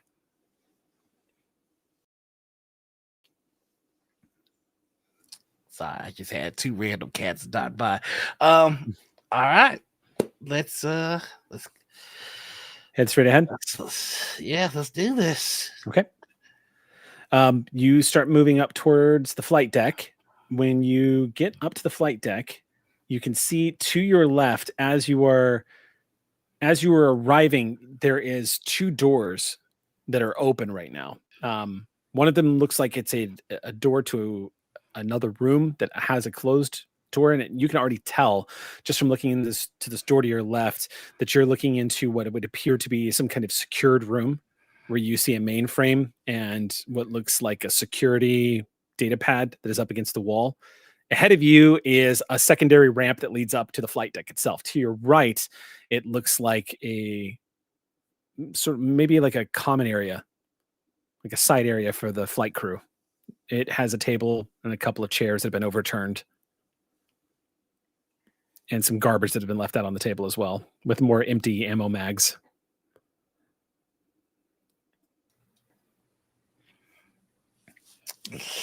Barring that, if you proceed into the flight deck, you arrive at an empty flight deck. You step inside, you can see just outside the window, ducking down low, you can see just across the way is the Elios. And the facility to your left, the flight deck looks completely empty, but the systems are in standby right now. You were starting to get the impression that there is nobody on this ship. Yeah. Can I attempt to access the last commands given to Mother? If you have a ComTech check to roll. Yeah, all right. Yeah, we can try it. Okay, make a ComTech check. All right, here we go. Wits. Remember, we have story points. Oh, yeah, I would like to use one of those story points if I could. All right, that'll give you an auto success.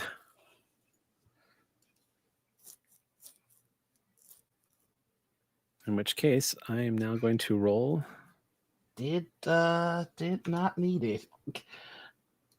I love to be played right now. Hold on. That's 4 successes, please. Okay. 4 successes, including the ox point. 4 successes with the ox point. Or That's 4 without the ox point. Yeah. Okay. Then I would say if you should consider maybe not spending the ox point until you've rolled, since you can do that. Okay. Okay. Then in that case, I'll take it back. Yeah. For sure. Because the ox points are basically plot points, and you can just tweak the narrative a little bit. But yeah. Okay. Gotcha. Yeah. Mother's in standby mode. As you move over and activate the console, it's using a very similar setup to what you have on the Elios. Big, thick, wide keyboard with these chunky keys that clack as you touch them. Tapping down onto it, you gain access, and you see the screen load up. It loads up in a couple of different languages. Picking one, you access the first root menu, and it looks like Mother is not secure.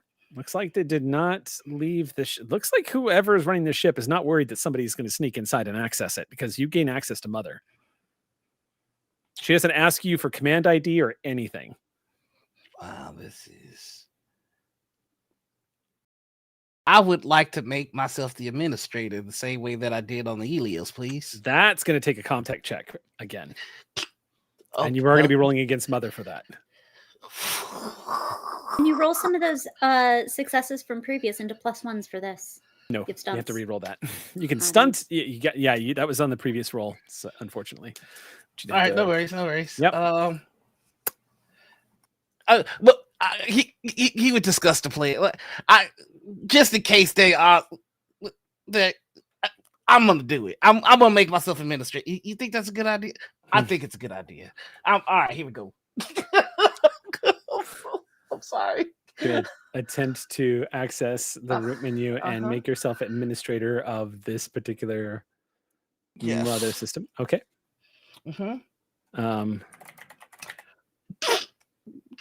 Go ahead and roll your comtech check.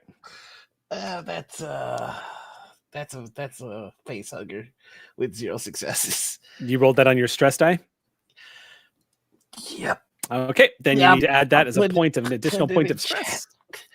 That means you auto fail the roll. You need to add that point to your stress, and now you need to make a panic check. How many points of stress do you have?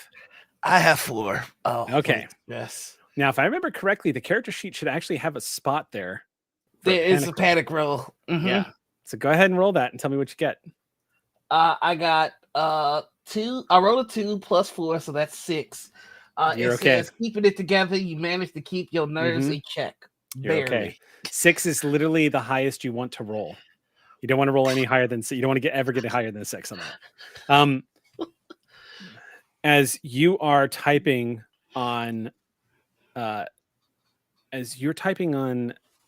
the keyboard, you pause for a moment as something feels off to you, Doc. You don't know why, but something buried in your animal instinct, something about this whole situation, something your intuition is picking up on. But every one of you see Doc's finger pause as you're about to tap in, and Mother returns to the root menu before you can finish the command, and it takes you a second to snap out of it, but taking a deep breath. There's something wrong. I don't know what it is. It's there's something not right here. All of this is wrong. I don't know what, but we've got to move quickly. All right, if you've got everything you need, let's get out of here. Yeah. Tig, I'm thinking I'm compromised. If I could lean on you to help. Yeah, but let's get you out of here. Yeah. I think Tig has the motive. Oh, I see. Okay, yeah, let's go. Yeah, Tig, you've been in combat enough times to spot somebody who looks like they're kind of on the verge of a panic attack. But Doc looks like he's, to you, Isaac, it almost resembles the sudden out of nowhere shock they all experienced when they came across that strange sculpture, that bizarre relief that was carved into the ceiling that seemed innocuous enough, but to them somehow registered on a biological level that you have trouble comprehending. So art can make them scared sometimes, and computers can make them scared sometimes. You're not sure that it was the computer. Seems like he got distracted from the computer. Something else pulled him away from it. Seems like he lost himself a little bit. Something else is happening. Something is going on inside him. Okay. Well, I have to take care of the organics. Where are you all headed if you're leaving the cockpit? Are we headed out, or do we want to check out the I don't know. compound? Or I'm talking to my crew. Yeah, okay. Sorry. No. Engines. Oh yeah, we wanted this. Okay, yes, yeah. Okay, so we're gonna head down to engines then. Engineering? Yeah. Okay. You all head down to deck 2. Deck 2, you did not take very much time to check this place out. The engineering deck is going to have the least interesting stuff for you guys. Cargo deck and crew is where it's at. So heading down to deck 2, as soon as you all make your way down the rung ladder, you reach, this ladder takes you straight into the generator room, where a lot of the power from the fusion engine in the back is being fed here to power the rest of the ship. This area looks like it's kept up. It's in decent shape. When you reach this place, it also looks like it is functioning as something of a secondary storage area, which is not safe. But you see there are a couple of what look like crates that have been locked up. Looks like they're padlocked and shackled up, but it also looks like they're empty because you can see it looks like they are probably stowed here. They too bear the markings of something a little different than what you would normally find. They don't look uniform, like they look like they are from various places. Anything I can pick up of something that might need to be regularly maintained? The reactor. Try to get a timeline of the last time someone did anything in here. Okay. The mother system in here, accessing that is going to be easy enough. But basically what you get is that this reactor undergoes regular maintenance from what you can tell. And the last time it was maintenance was about a week and a half ago. The reactor seems to be running just fine, though. It's within normal parameters. It's currently in standby mode, powering the ship, but something similar to the Elios, where the engines are warmed if they need to leave. Judging from this, they've been in standby mode for a couple of days now. A couple of days. Mm-hmm.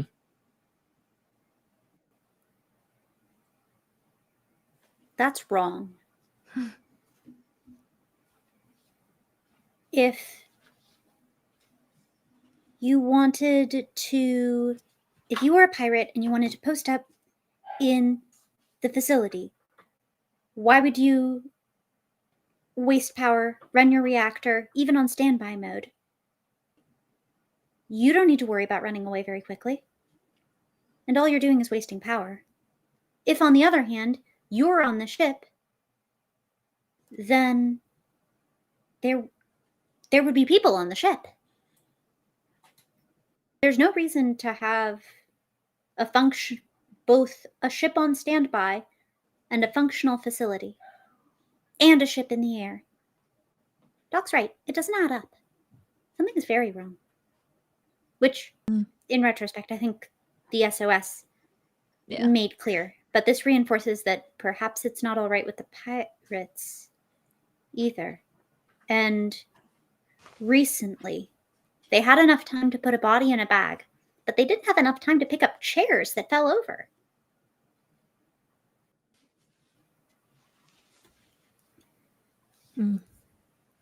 Anyway, I'd like to maybe do a light bit of sabotage if I could. That's easy enough. Ideally reversible sabotage. You can't fly without your keys. You could simply shut the reactor off, and that would put it into a cold start. Like, this ship would take some time to get back up and running again. It would also, the generator would keep life support on for about 8 hours before it would need to recharge. Yeah. That's perfectly adequate. I really wouldn't mind, having a part just in case we need leverage, but if nothing else, at least making it harder for someone to get away. That's certainly easy enough. Okay. Make a heavy machinery check. Happily. I had a feeling you'd be happy to do that. Well, While Isaac does anti-maintenance, Tig just gonna fill in the Elios on what we've absorbed, just like the things we have learned, so that they know. You hear coming through the comms, Connor's just like, we haven't seen anything. No one's chased us down. No ship returned. It's been 2 hours now. Nothing. If they're coming back, they should be back any minute now, but we're not getting anything. Also, no one has left the facility. We haven't seen any activity on the inside. Martha thought she heard something about an hour ago, but didn't want to bring it up because she wasn't sure. And about that moment, you hear Martha step in and go, I thought I heard gunfire, but I wasn't sure. I didn't want to alert you guys because it would distract you. I stepped outside the Elios. I peeked around inside just to make sure if I could get any eyeballs on anything. I didn't see anything, so I returned, and we've been keeping a watch out ever since. What did that ship say to us when they got us on comms? Stall, prepare to be boarded. What else? What did they say? Some to that effect? Pretty much. Stall, nothing to indicate that they wouldn't want to land here or that they required us in order to get away. Yeah. I don't know if this is a thing that's possible, so I would just like to pitch it at you. Yeah, what's up? Remembering back to the pirates that we invaded, with the context of what Doc has seen on the ground, is there like, is there like any way to remember what the captain said is to decipher if that was out of desperation or fear? Like, Ooh, interesting. like I mean, Doc's whole deal is empathy. So like now seeing this, it's just like, were they being aggressive or was this a wild animal chewing its own leg off to get safe? Interesting. Give me 1 second.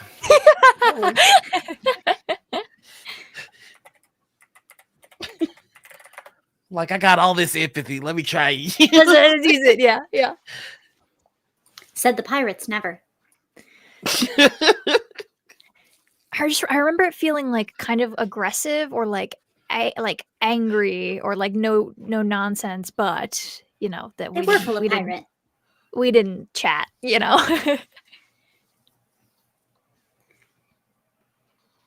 No, I mean, if a ship came here, pirates could reasonably deduce we would come here. It's the only point of interest. If they were really serious about us. I'm going to say, make me an empathy check, but I want it to be at a -1. I will take that. But make an empathy check. Am I still rolling my stress as well? Because I have. Oh, yes. All right, here we go. For every die roll, stress is going into it. 1 success. Let's go. Nice. Talk.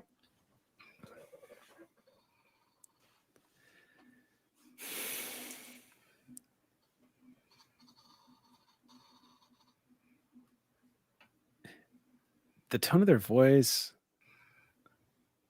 what you know about people, how well you can read people, the context that you have that no one is come after you guys, the state of this ship, and then thinking back to hearing their voice in the comms. What if they just kept going? You don't know for sure. They could be on their way down, but something is not right here.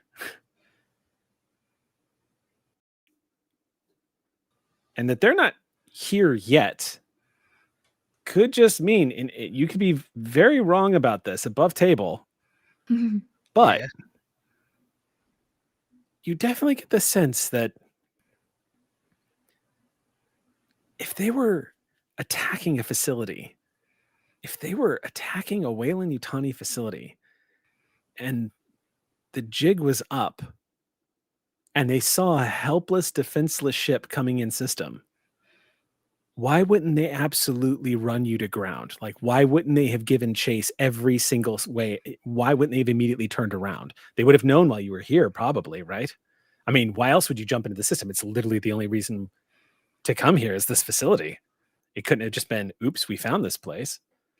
It's strange because even though they lost target lock on you, even though you were able to break away, they had to have known what your destination was. It occurs to you, if that's true, then they could have still given chase, even though that they lost target lock. They could have basically ran for the same finish line that you're running for. They didn't. All right.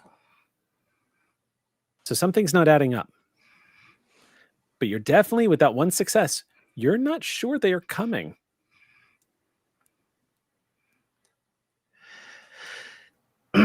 Tig, Isaac. What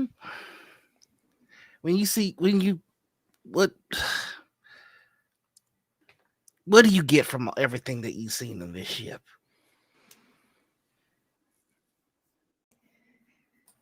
Something bad happened, but I know that's not the answer you're looking for. I'm not looking for an answer. I genuinely want to know what you see.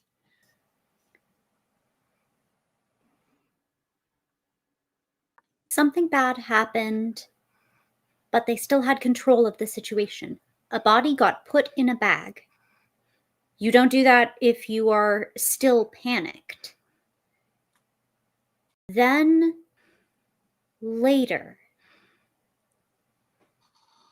a situation became more chaotic. Mess is everywhere here. The ship is not being actively maintained anymore. And at least 4 people leaving the ramp open. They keep the engines hot, warm at least, like they're giving themselves the option to turn tail. But they don't. They don't come back. They don't come back. And their friends abandon them. And in that SOS that we got, with the shooting in our passenger, I don't think that one prickly scientist could hold off a whole regiment of pirates. It just doesn't make sense. And I don't think that there were more of them than there are of us pirates. This ship didn't have 20 people, so it couldn't have half the complement of the research staff, and the other pirates had the other half. There's no way they had a numerical advantage. That couldn't have been what the SOS was talking about. Way I see it, we got 3 moves that we could consider making. One of them is very, very loony. I'm talking Bugs Bunny. One, we heed Connor's advice and we just hightail it the hell out of here. This smells funny. It looks funny. I don't think I like it. 2, we go into that compound and we see what there is to find. I'm very nervous about that myself. 3, well, what we need is information. And I think we know some individuals that might have it. And if there's anything like this, they need help. And if that ain't the mission, I don't know what is. Think about beacons and light. You don't get to choose what you shine on. So, what do we think, team? I think we got to get in that compound, Doc. If there's anybody who's still alive, still needing that SOS, we're the only ones who heard it. Connor was right about that. And Martha said she heard shooting. That means... Martha said she heard. I mean, last I checked, you have to be alive to shoot. Are we going to go into the compound blind, or are we going to go Looney Tunes and ask our pirates what the hell they're running from? If they're too afraid to land,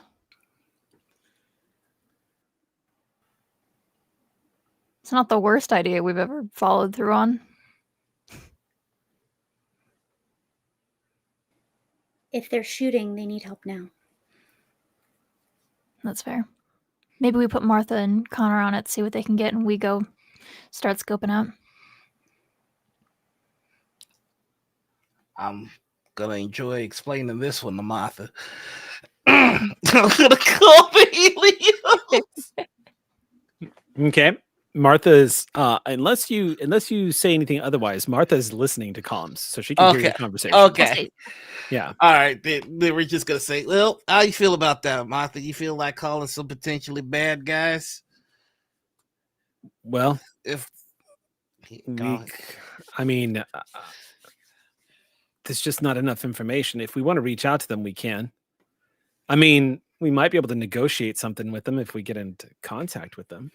The truth of the matter is that with me here, now the Colonial Marine Corps is involved. And if something happens to me, now you've got Wayland Yutani and the Colonial Marines after you. So the stakes are getting higher for them. So maybe it's worth it. I don't know. We can have, I mean, if you want, I could reach out. Connor, if you want to scan for them and I can help and we can see if they're still in system.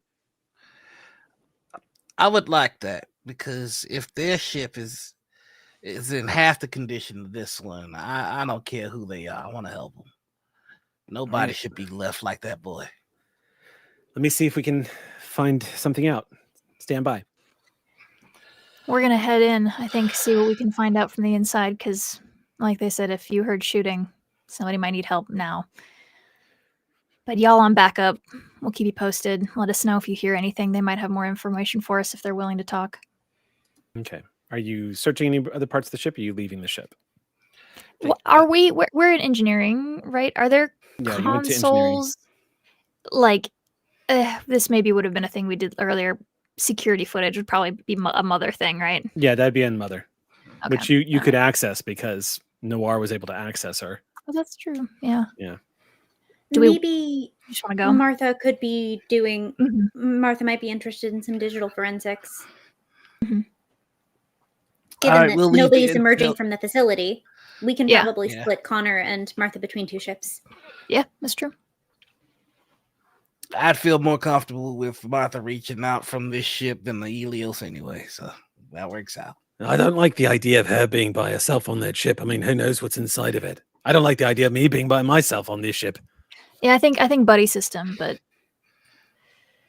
Well, then go with her. All right. yeah, We'll y'all- make sure to lock are- up the Elios. yeah. If you're moving ships, do it together. We're gonna. Do you want us to go ahead and put the call out to the other ship then? See if we can get in contact with them. Yes, please. All right. That's gonna be Martha's job. We'll give you. Just give us a second here and see if we can have a quick little chat with our would-be murderers. Yeah, you get on that. Welcome to the we'll keep Elios you again, my friend. posted. Good times. Good times. The beginning of many. All right. All right. Let me just I think roll we're for gonna- Martha here. Yeah, I think we're Her gonna start making our way. Contact. Just like Take him away. Make him away. Does she have any? No, she doesn't. Let's see. Oh yeah, she has an awesome one, two, Assist from our Mother. way is right up there with its bin. It's and then she's using Long way. Mother. All A right, long she's road. going to roll. I She love got a an success. and every time.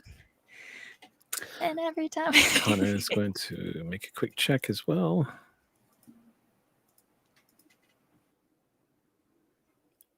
Okay. As you were all, so you were all deciding to leave the ship then. You're all heading Mhm. off the ship. Okay, so you all make your way down to cargo deck. As you get to the bottom of the cargo deck, you hear transmission coming in from the Elios, and Martha says, "Well, we've sent out a transmission. I haven't heard anything back." And Connor interjects and says, "I can't see them on sensors. That doesn't mean they're not there, but they're out of range of the Elios, so they've left." What's weird is if they were headed here, they would, unless they're running dark, which is entirely possible. But one thing's for sure, I put out the ping, so if they're looking for us, they're going to see us now. So I guess we'll see. I think we should probably wait here for at least another 30 minutes or so just to make sure, and then head over to the other ship. Sounds good to me. All right. And All right. thanks for doing this, Connor. I know it's all a bit uncomfortable, but it's appreciated. Well, you're the captain. I'll do what you tell me to do. But yeah, no, job description would have been nice. Yeah, I will say that one would be on Baker and not us, but Yeah. I Well, let's I talk with understand where you're Preston coming when I from. get back to Beacon Station. Yeah. You should, yeah, actually. My voice isn't supposed to be doing falsetto as often as it's been doing. What's the We'll appropriate build up amount? strength. Not this one. This is the wrong amount. Okay. All right. You head out of the ship, stepping down the ramp, heading back out into this dusty environment.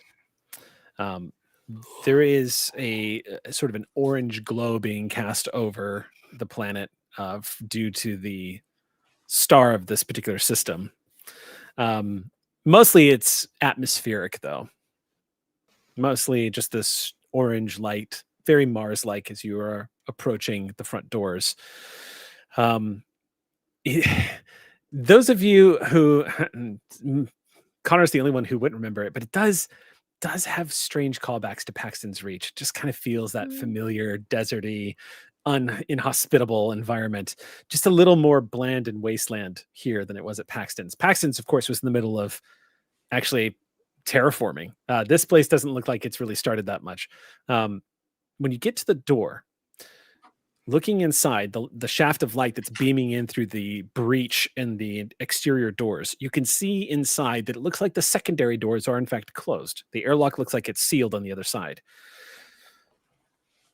Doesn't seem to be anything except for a glowing computer screen remarking that the interior is currently green for life support.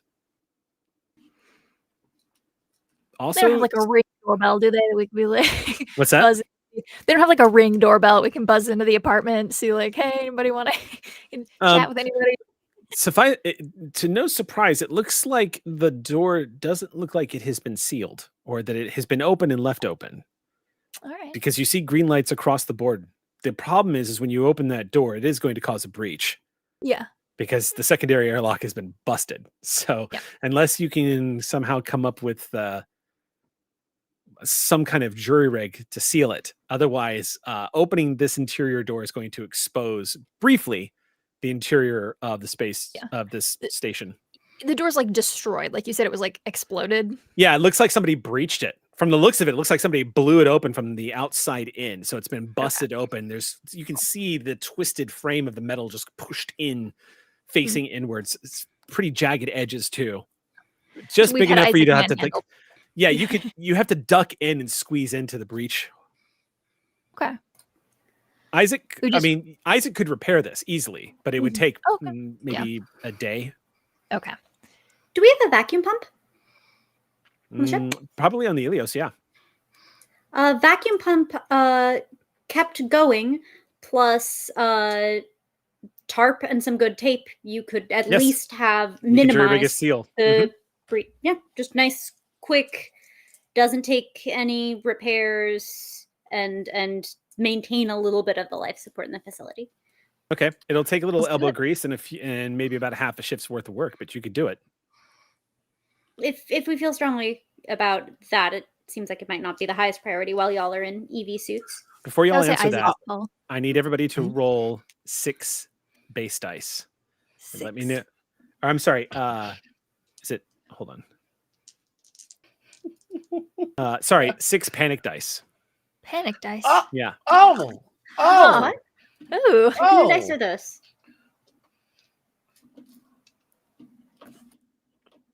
Oh, so we're rolling 6 stress. Okay. No, this is not stress. This is not a stress roll.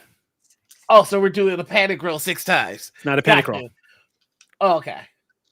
Gotcha.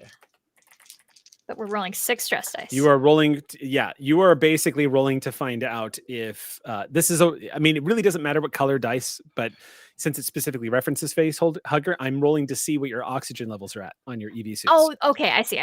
Yes. I rolled a 0. No successes. Well, you wouldn't get any successes on. So that's fine. What you don't want is a face hugger. Oh, okay. I rolled 6s. So what? You what? What a roll. 3 6s. What a roll. You rolled 3 6s. Okay. Yeah. Y'all are fine. Your air supplies are fine. What a waste of 6s. So with this terminal computer thing, is there I'm going full alien isolation. Could I pull a map from it? Conceivably, yes. It's a Comtech check roll. Yeah, I would like to attempt that. Go ahead. Make your check. Here we go. That's wits. That's Comtech. That's all my stress. So 1 success and 2 face huggers. So give yourself. Okay, so you're going to earn another point of stress. Uh-huh. All right, stand by. I will not.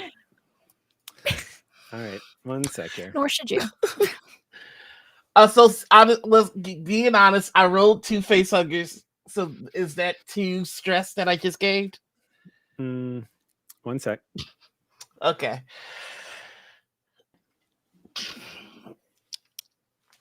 Demi play gives and Demi play takes some. No, you're not going to away. gain. You only gain 1 point of stress here. Okay. So you're going to gain an additional point of stress, but you are because you are going to have to make a panic check. Yep. So, here we go. yeah. So go ahead and And roll. how many stress do you have? So I have 5 stress. Please roll a 1. And I rolled a 1. If keeping it together, you managed to keep your nursing check apparently. The growth, the character growth. Okay. Oh my gosh. I'm putting all my rolls in the Discord. Like You I love lucky this. little. Wow. oh my god. That's So you start tapping on the computer again, and just like last time, as you're working on the computer trying to gain access, you suddenly start realizing that you are breathing really hard. I need you to roll your stress dice again. I need you to roll because you rolled a panic check. This is the second time you've done it, so you're gonna have to roll 6. You're gonna have to roll those 6 stress dice again to see how your air is doing. 4, 5, 6. That's 2 face huggers. Okay, so you drop 1 point of air because you start to breathe really hard. And Tig, you and Isaac both see the fog on the interior of the helmet as he is starting to just. Doc, you don't know what it is, but your brain saw something or registered something. There are times where our minds, to protect us, shut things out. But something has happened, and you're starting to become. You're starting to become. You're starting to become panicked. You start to slow down for a second. And for some reason, pressing the buttons on this computer is what triggered it again. You find yourself calming down, but there's something about the gestures you're making or the situation that you're in that just feels really. You've seen patients do this before, and you're starting to put 2 and 2 together. Something is very wrong, but you managed to keep it together. Unfortunately, you were not able to access a map here on this terminal. Doesn't look like Mother allows access for any kind of map on the exterior of the facility. That's pretty smart. All right, Rich. All right, Doc, just keep it together. Keep it smooth. Keep it smooth. You all right there, Doc? Oh shit. Yes, I'm fine. The comms are on. That's right. Y'all could hear all that. Yeah, you're just doing what I've been doing all fucking day, so don't worry about it. Okay. All right. Glad we're on the same page. You know, I'll move as one. That kind of thing. I would like to banter. Yeah, do it. Just riffing off of what Connor said. Anybody who would like to can drop 2 points of stress. Nice. Oh, thank you, guy. Banter is one of the coolest fucking things. All right. I mean, if we're all gonna panic, we better do it together. At least then we're all. Yep. Oh, I should try to coordinate then. If you'd like. Ooh, yeah, real good. You're getting good at that. Yeah. Yeah. Oh God. Nice. Save me. You fit right. You fit right in. Tig's gonna give you a high five, or try to like, give you a high five, and again, just to like add some absurdity to the current. Yeah, exactly. Hold up, y'all. Hold up.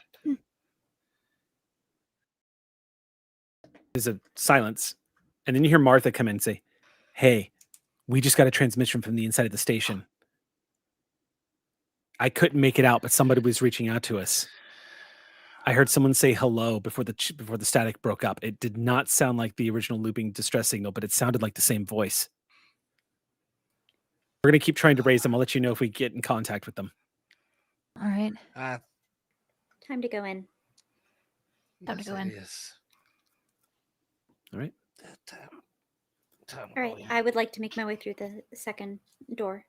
Okay, you approach the second door, knowing full well this is going to cause a breach. There's just some things that time cannot wait for.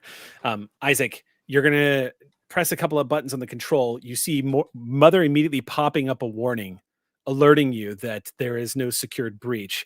If you would like to override, yes, no. Yes, please. Ding. The door starts to slide open, and there is a rush of air into the facility, and a maelstrom on the inside. Just see this like whirlwind start whipping up, and you see red lights begin to blink. You all hear this alert going off on the interior of the facility in this corridor. The door continues to open its full length in a very slow manner. Each of you is able to squeeze through this opening as it is going. I'm assuming you want to keep the door open as little as possible. So getting to the other side, it's easy to reverse and start closing the door. As the door finally seals behind all of the three of you, as you step into this corridor very quickly, you see, as the door seals, you see the green lights on the mother panel immediately pop up, indicating that it's decontaminating the corridor. Please put on any protective mask. Basically, the company specific of like safety protocols being enacted. On the inside of your helmets, all of you can hear a feminine voice broadcasting safety protocols in a muted manner. A typical, from what you can hear, it sounds like Mother speaking, going through like the protocols. Isaac, you input a couple of commands, and the lights go from red to green as this white blast of air just pressurizes into the corridor and blasts outward, neutralizing some of the agents and restoring as the filtering units turn on. After a few moments, there's this, and you see that the atmosphere has returned to acceptable levels. And Mother goes on to say, please report to Medical Bay 3 if you are experiencing any symptoms, lightheadedness, a burning throat, itchy skin. And it goes on like all of these symptoms for being exposed to the outside atmosphere. The temperature also regulates, and you guys are inside a facility. The hallway is quite modern looking, and it is very large enough that a vehicle could drive down this hallway. It's huge, and it looks like it is a central corridor that goes down and branches out to the left and right. And just like the facility on Paxton's Reach, it looks like about halfway down this corridor, you see what look like administrative offices. But that's not all you see. You see what looks like debris and desks, consoles. It looks like piles and piles of junk that have been piled up. Chairs, tables have been overturned. Tig, your instinct as a Marine, the moment you see this, is somebody made a barricade. Somebody put up a barricade or a makeshift wall or something in this place.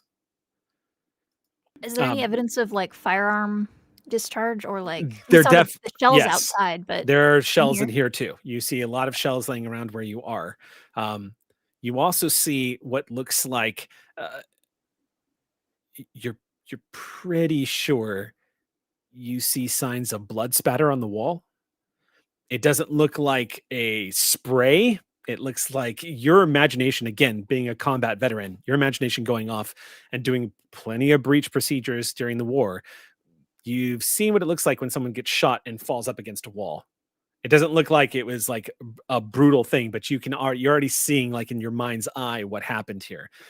Every bone in your body is telling you this was a gunfight. This was a spot for a gunfight, but something's off about it because it looks like it's weird that there is a barrier put up near the junction. It's strange that they created that there, unless the other side was trying to hold off invaders from storming in, but the tables are facing the wrong way for that. It looks like somebody set them up from your side and piled it all up. From getting out. Yeah.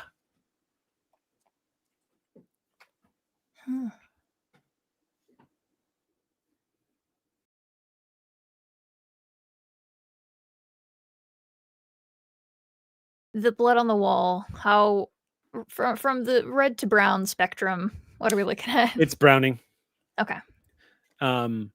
If you press your finger against it enough through your suit and run it down, you can see that it does smudge off onto the suit. Okay. Yeah, she's gonna kind of do her making sure that nothing's gonna jump out at them. Rifle up, sweeping the area before we move forward. Okay. As you start stepping forward, someone steps out of a corridor doorway. Rifle up. Okay, you immediately bring your rifle up. No flashlight needed, of course, because you actually have this whole thing on. The lighting system is working perfectly in here, so you don't need to worry about any kind of. I don't know if this reference is wasted on you, but it's not a Half-Life situation. You don't have to worry about just looking through the beam of light and hoping to God that something doesn't just jump out and try to kill you. Instead, what you see is a very familiar looking individual. And by familiar, I mean matching the images you saw on the computer.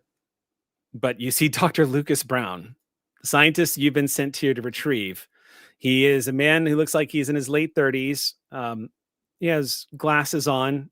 He looks like he is wearing an old stained button-up shirt and tie that has come somewhat loose, as well as dress pants and a name tag that is still dangling off of his pocket. Judging from the exhaustion on his face and the desperation in his eyes as he comes stumbling out of a doorway, he looks like he probably hasn't had much sleep. His hands are raised as he comes stepping out. He goes, "Hey, don't shoot!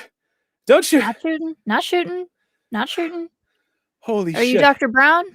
Yes, Dr. Lucas Brown. I'm a geologist. I think we're your ride. Holy shit! Holy shit! What the fuck happened here, dude? Yeah, I've got people. He points into the doorway. There's a few more of us in there. We've been split up. We've been separated. By what? Pirates. Pirates attacked.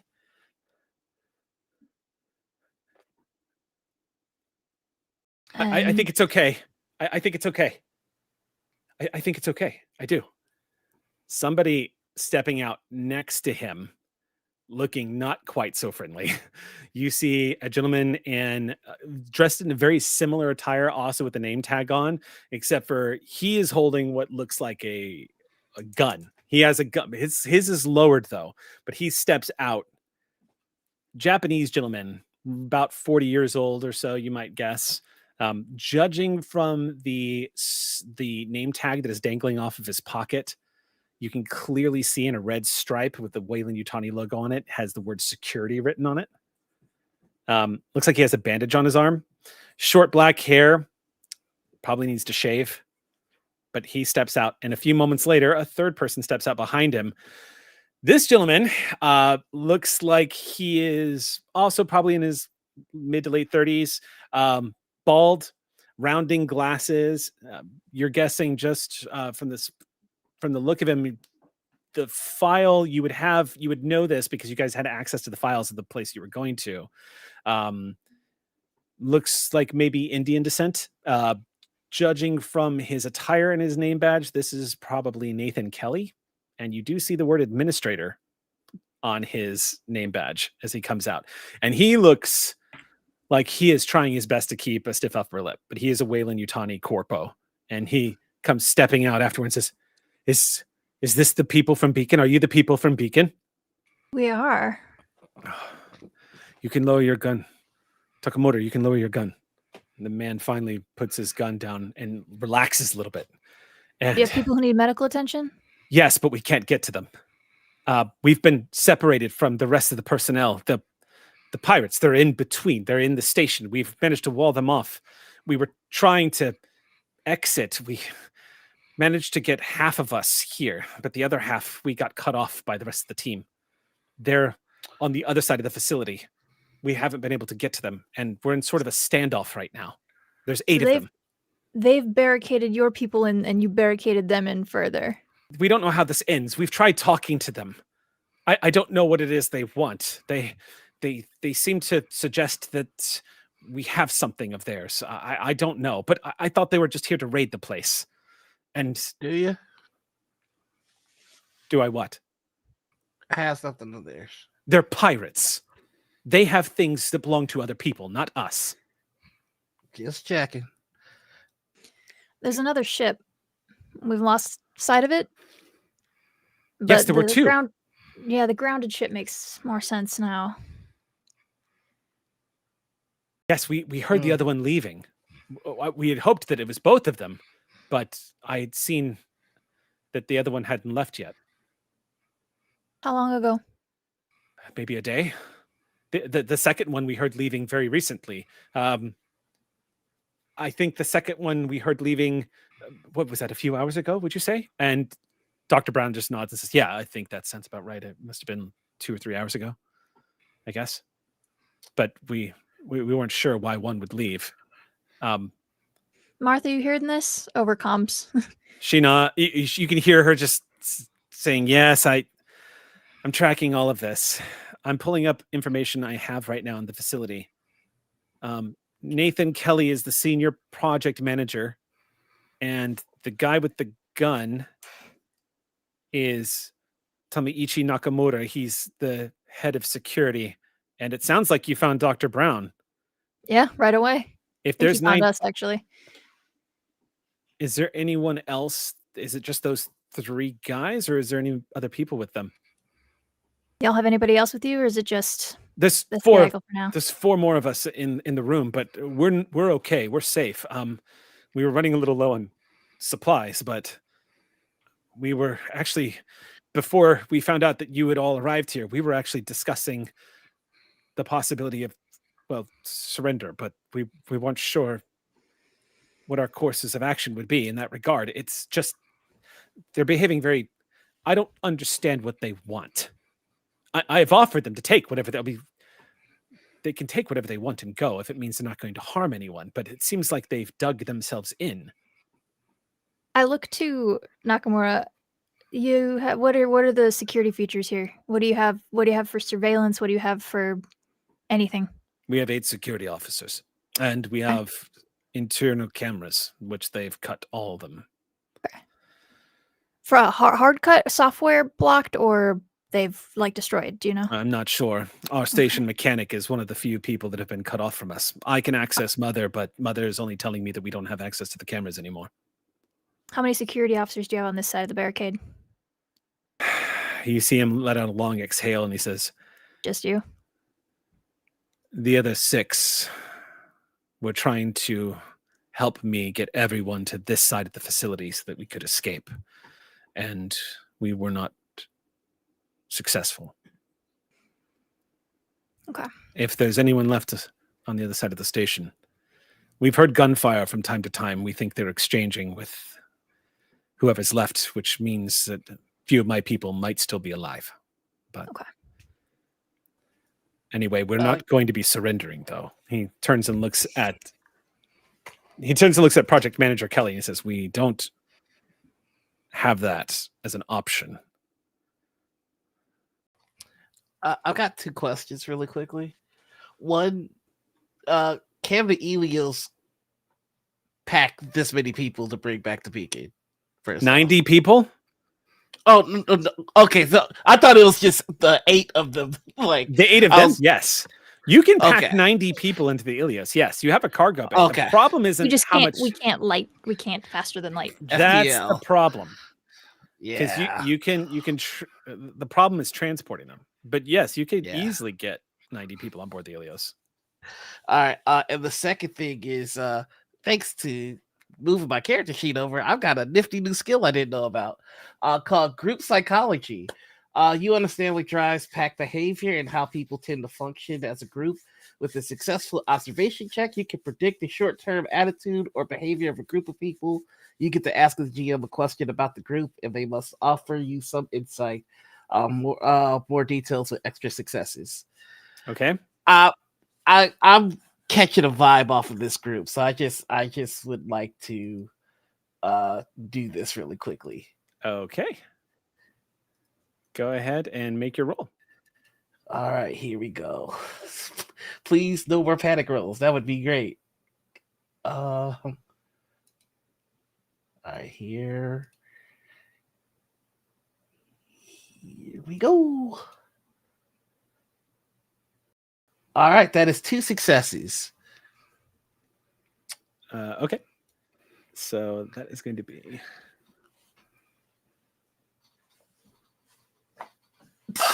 Okay. Final word. How dare you? Facehuggers inbound. Okay.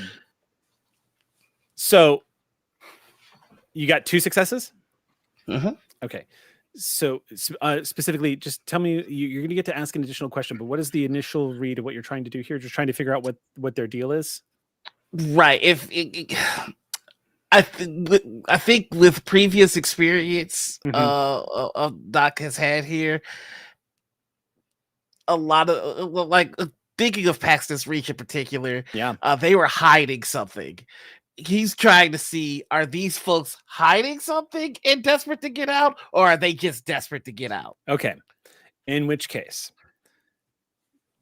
with that roll, I'll let you ask your question after I give you the initial information. Gotcha. Lucas Brown is an academic who clearly you can see it written all over him.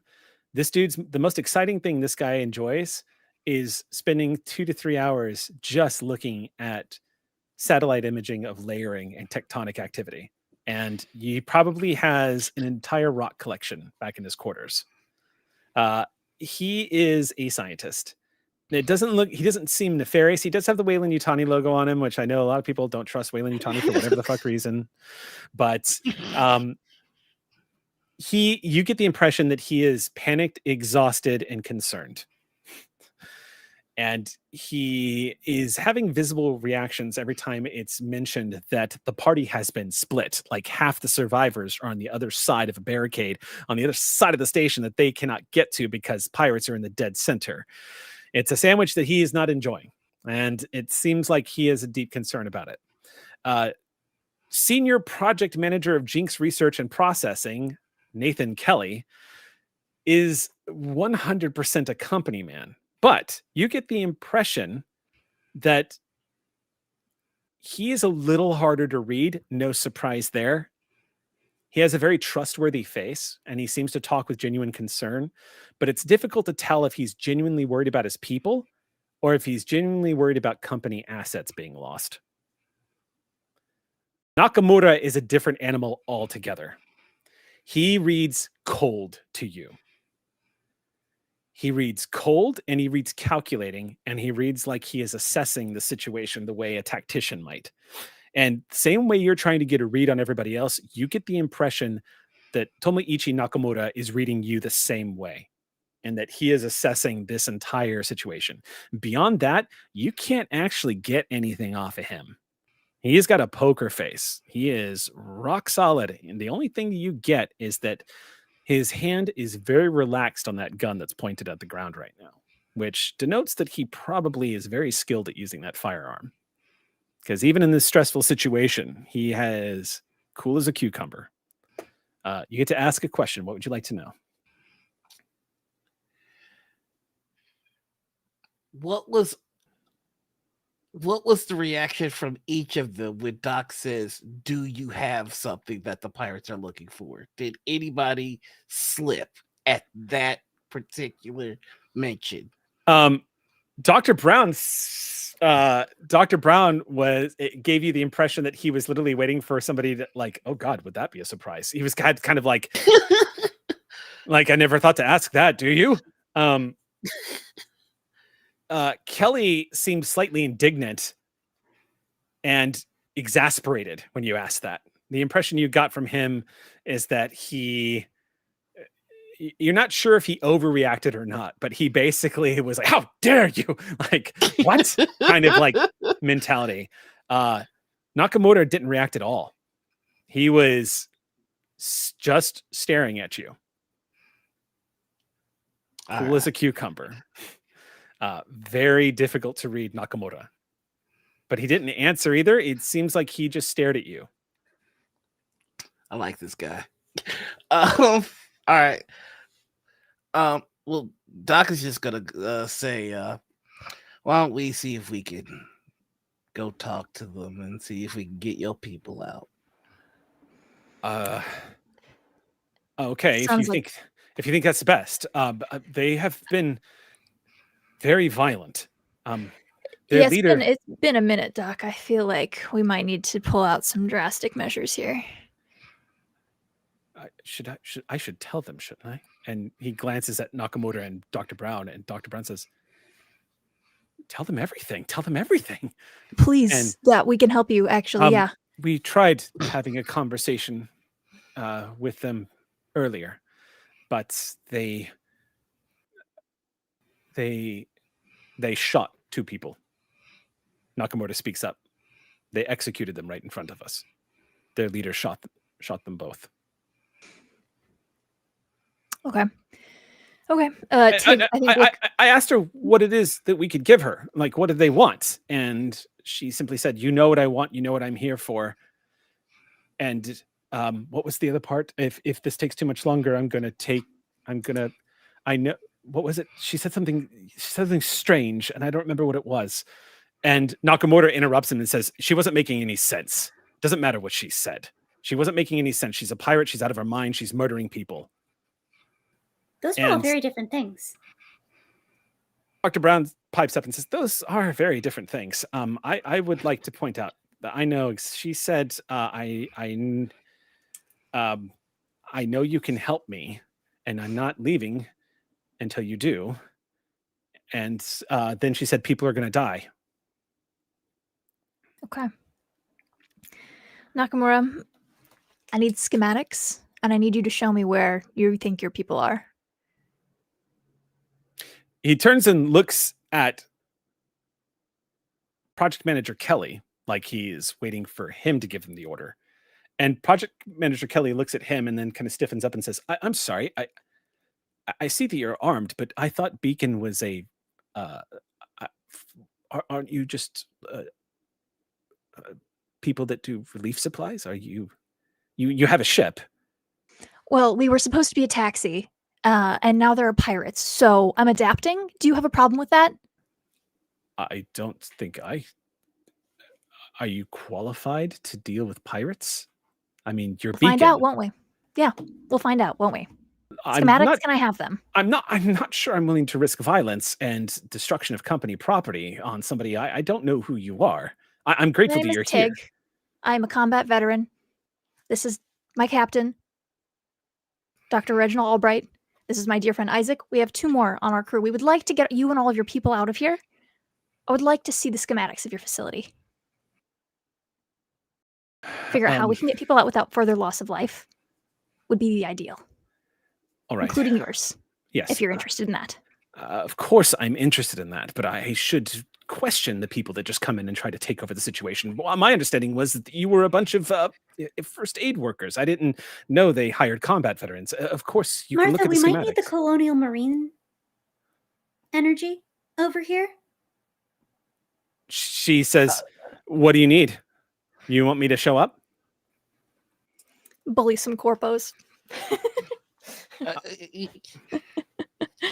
Y'all mind if I give this a swing? I don't want to step on anybody's toes here. Sir, Project Manager, sir.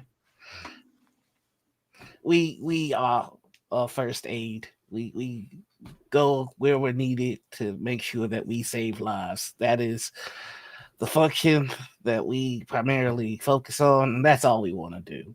I don't give a shit about your assets or your corporations. I just care about your people.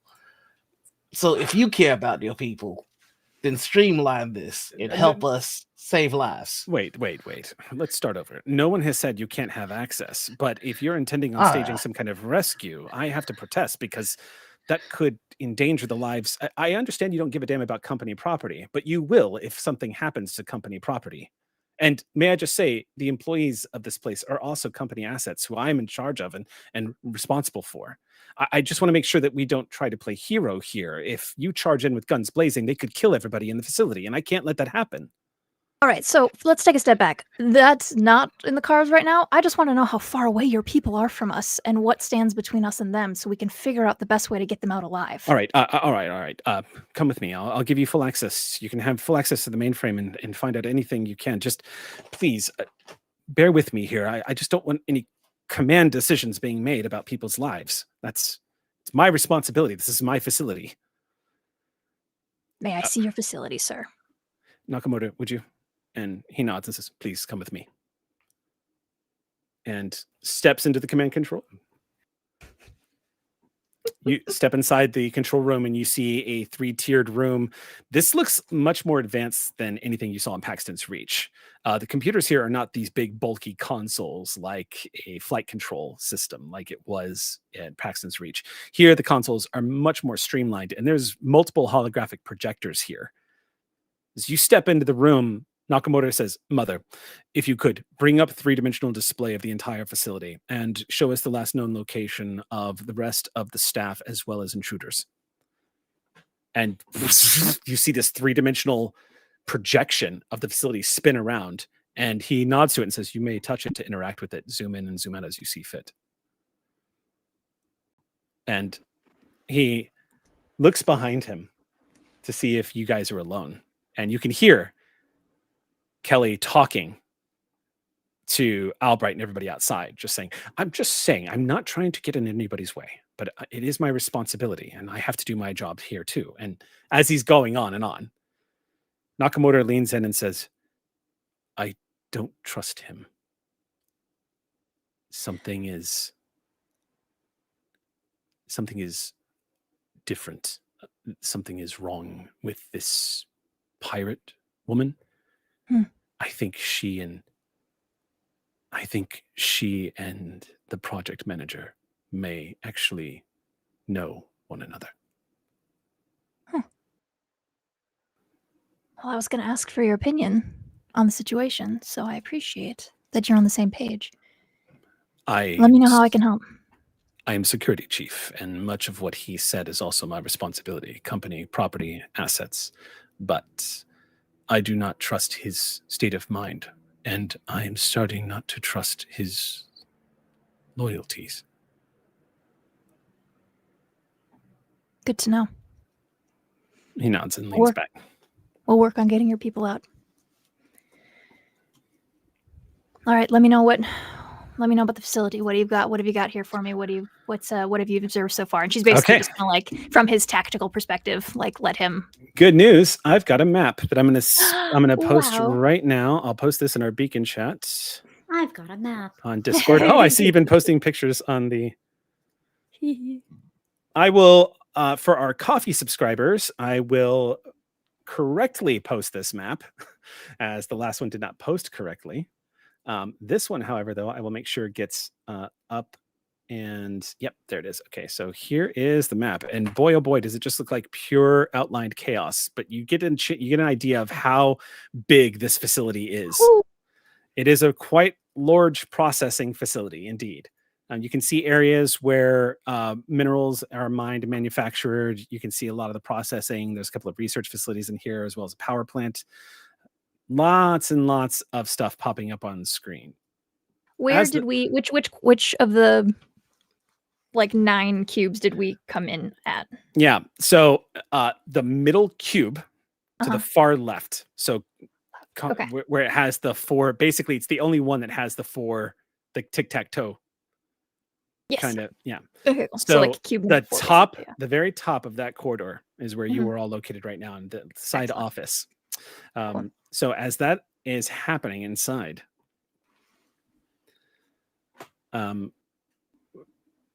outside, the administrator, after flustered, steps back into the room and says, I have to go observe everything that's happening. Please understand, I'm not trying to be difficult, but I can't simply stop being the administrator here. That's all. I just hope you understand that. And why do you need us to understand that? Because there seems to be questions as to whether or not I can allow or disallow you to take certain course of actions. And while it's true that I probably couldn't forcibly stop you, your lives will become very difficult if you damage or harm or are responsible for any losses to Weyland-Yutani property. Goodness, that seems very defensive. Are you all right? It must have been very stressful. What?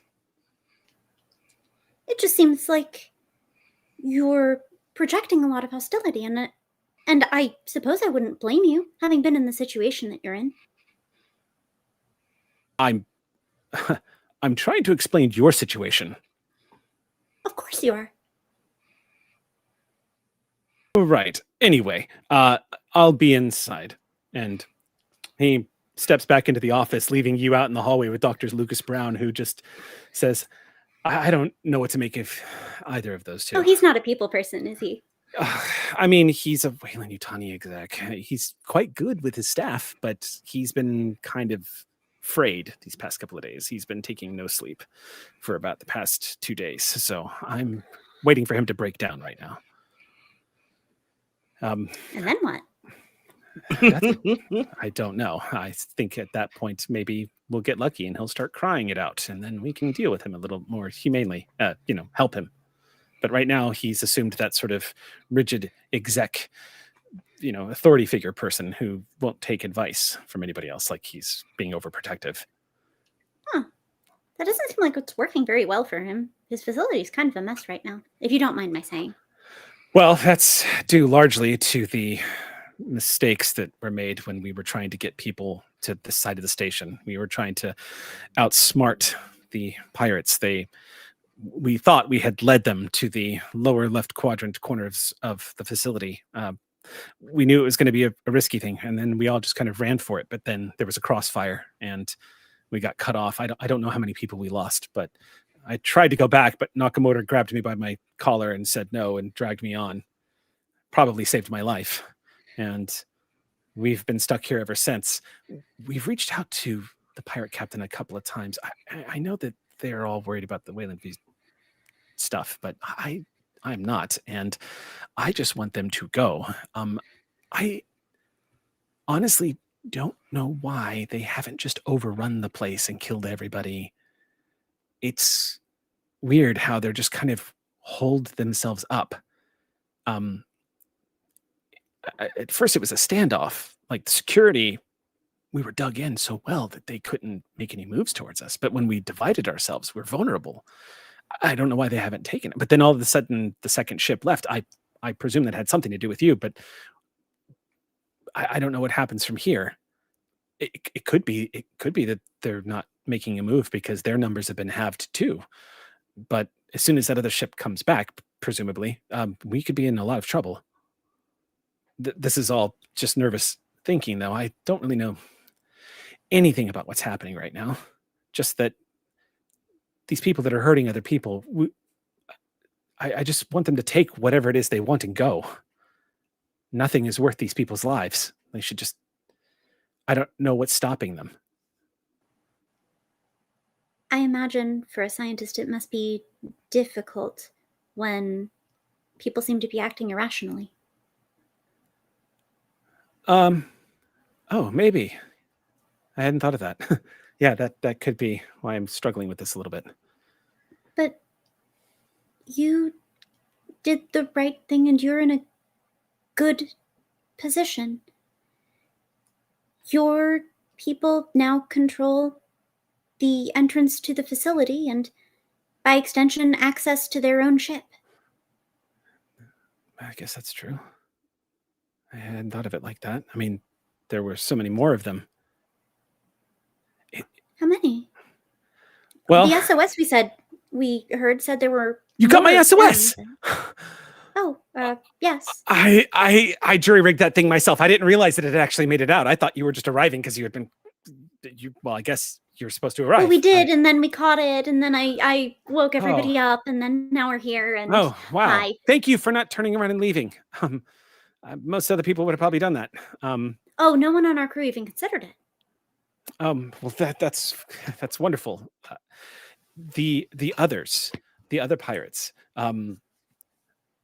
I think, and he leans in to see if the other two were listening, and then he says, I've been trying to give my suggestions, and they don't want to hear from a geologist, so I've kind of stopped. But I get the impression that maybe not everybody's on the same page here. I mean, obviously we're not, but I mean with the pirates, I get the impression it's just really weird because the other crew, before they took off, I guess to deal with you, I'm guessing they're still around or been blown to space bits. But they didn't come through here. They didn't want to fight through us, so they exited out the back of the facility and came around the sides, and made their way back to their ship, and in a rather big of a hurry. And I pretty sure I heard fighting amongst them, shouting. And maybe some gunfire, but I don't know if that was from our people or theirs. It's hard to say, but there's just something very weird going on. There's more happening here, and I can't figure out what it is, but nothing is adding up. Well, you are a scientist, and isn't your job piecing together seemingly disparate data into a story of what's really going on? Yes, but as a very brilliant doctor that I once knew said, more data is required. Then consider us your research assistants. And on that note, inside the facility, Tig, you see the blueprints pulled up with Mother giving you an assessment of where they are located and where the staff was last located. And it is true. Apparently, Mother's internal security systems have been shut down somehow. It's possible they've got somebody that have hacked the systems, or maybe they hardline cut it, but Mother doesn't have access to the full schematics of the facility. But if Mother's information is accurate, they have the upper left quadrant completely blocked off where they have walled themselves in. And Mother believes that they themselves have kind of barricaded themselves, much like the front of the station has. And it does leave a curious question. If there are 8 of them, and if they're heavily armed enough to attack a facility, there were 2 ships.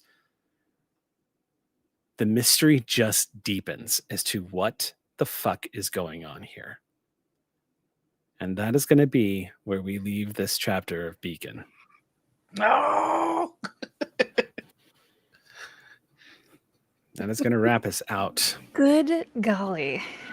This is very straightforward. Yeah. But check this out. Ready for this? Are you, I don't know, Caitlin, I don't know if you are, but Noir, are you still on your character sheet? Yep. So click experience points in the upper right, and it'll take you right to... Hey! All right, so let's just go ahead and dole out XP. You get 1 for being here. Yep. Did you risk or sacrifice something to further your personal agendas? Personal agendas, no. Not tonight. Got close, though. Did you risk your life for a buddy PC? Not really. Not yet. Did you challenge or stand up to your rival PC? You don't really have one right now, so did you make a panic roll? Yes, you did! You made a panic roll. Thank you, Noir. Go ahead and give another... Very welcome. Did you overcome a dangerous event using violent or non-violent means? I'm going to say yes. Yes, you did. But I can't go into detail as to why. Did you make a significant discovery or revelation? No, you didn't. Not yet. Not yet. Did you perform an extraordinary action of some kind? Not yet. Did you earn any money? Technically, no. You don't get paid until the end of the week. And that's going to be it for tonight, y'all. There is your XP. Everybody, thank you so much, Ox Crew, for joining us, for supporting the Stream Punks. Because of you, we've got a campaign of Clear Skies incoming this summer, and we've got a great campaign of Beacon to wrap out before then. We will catch you all next Monday night, same time. And stay tuned for more information, because we have some unlocks from that charity drive we did that we'll be posting information about in the coming weeks, so stay tuned for that. Until then, this is the crew of the Elios, signing off.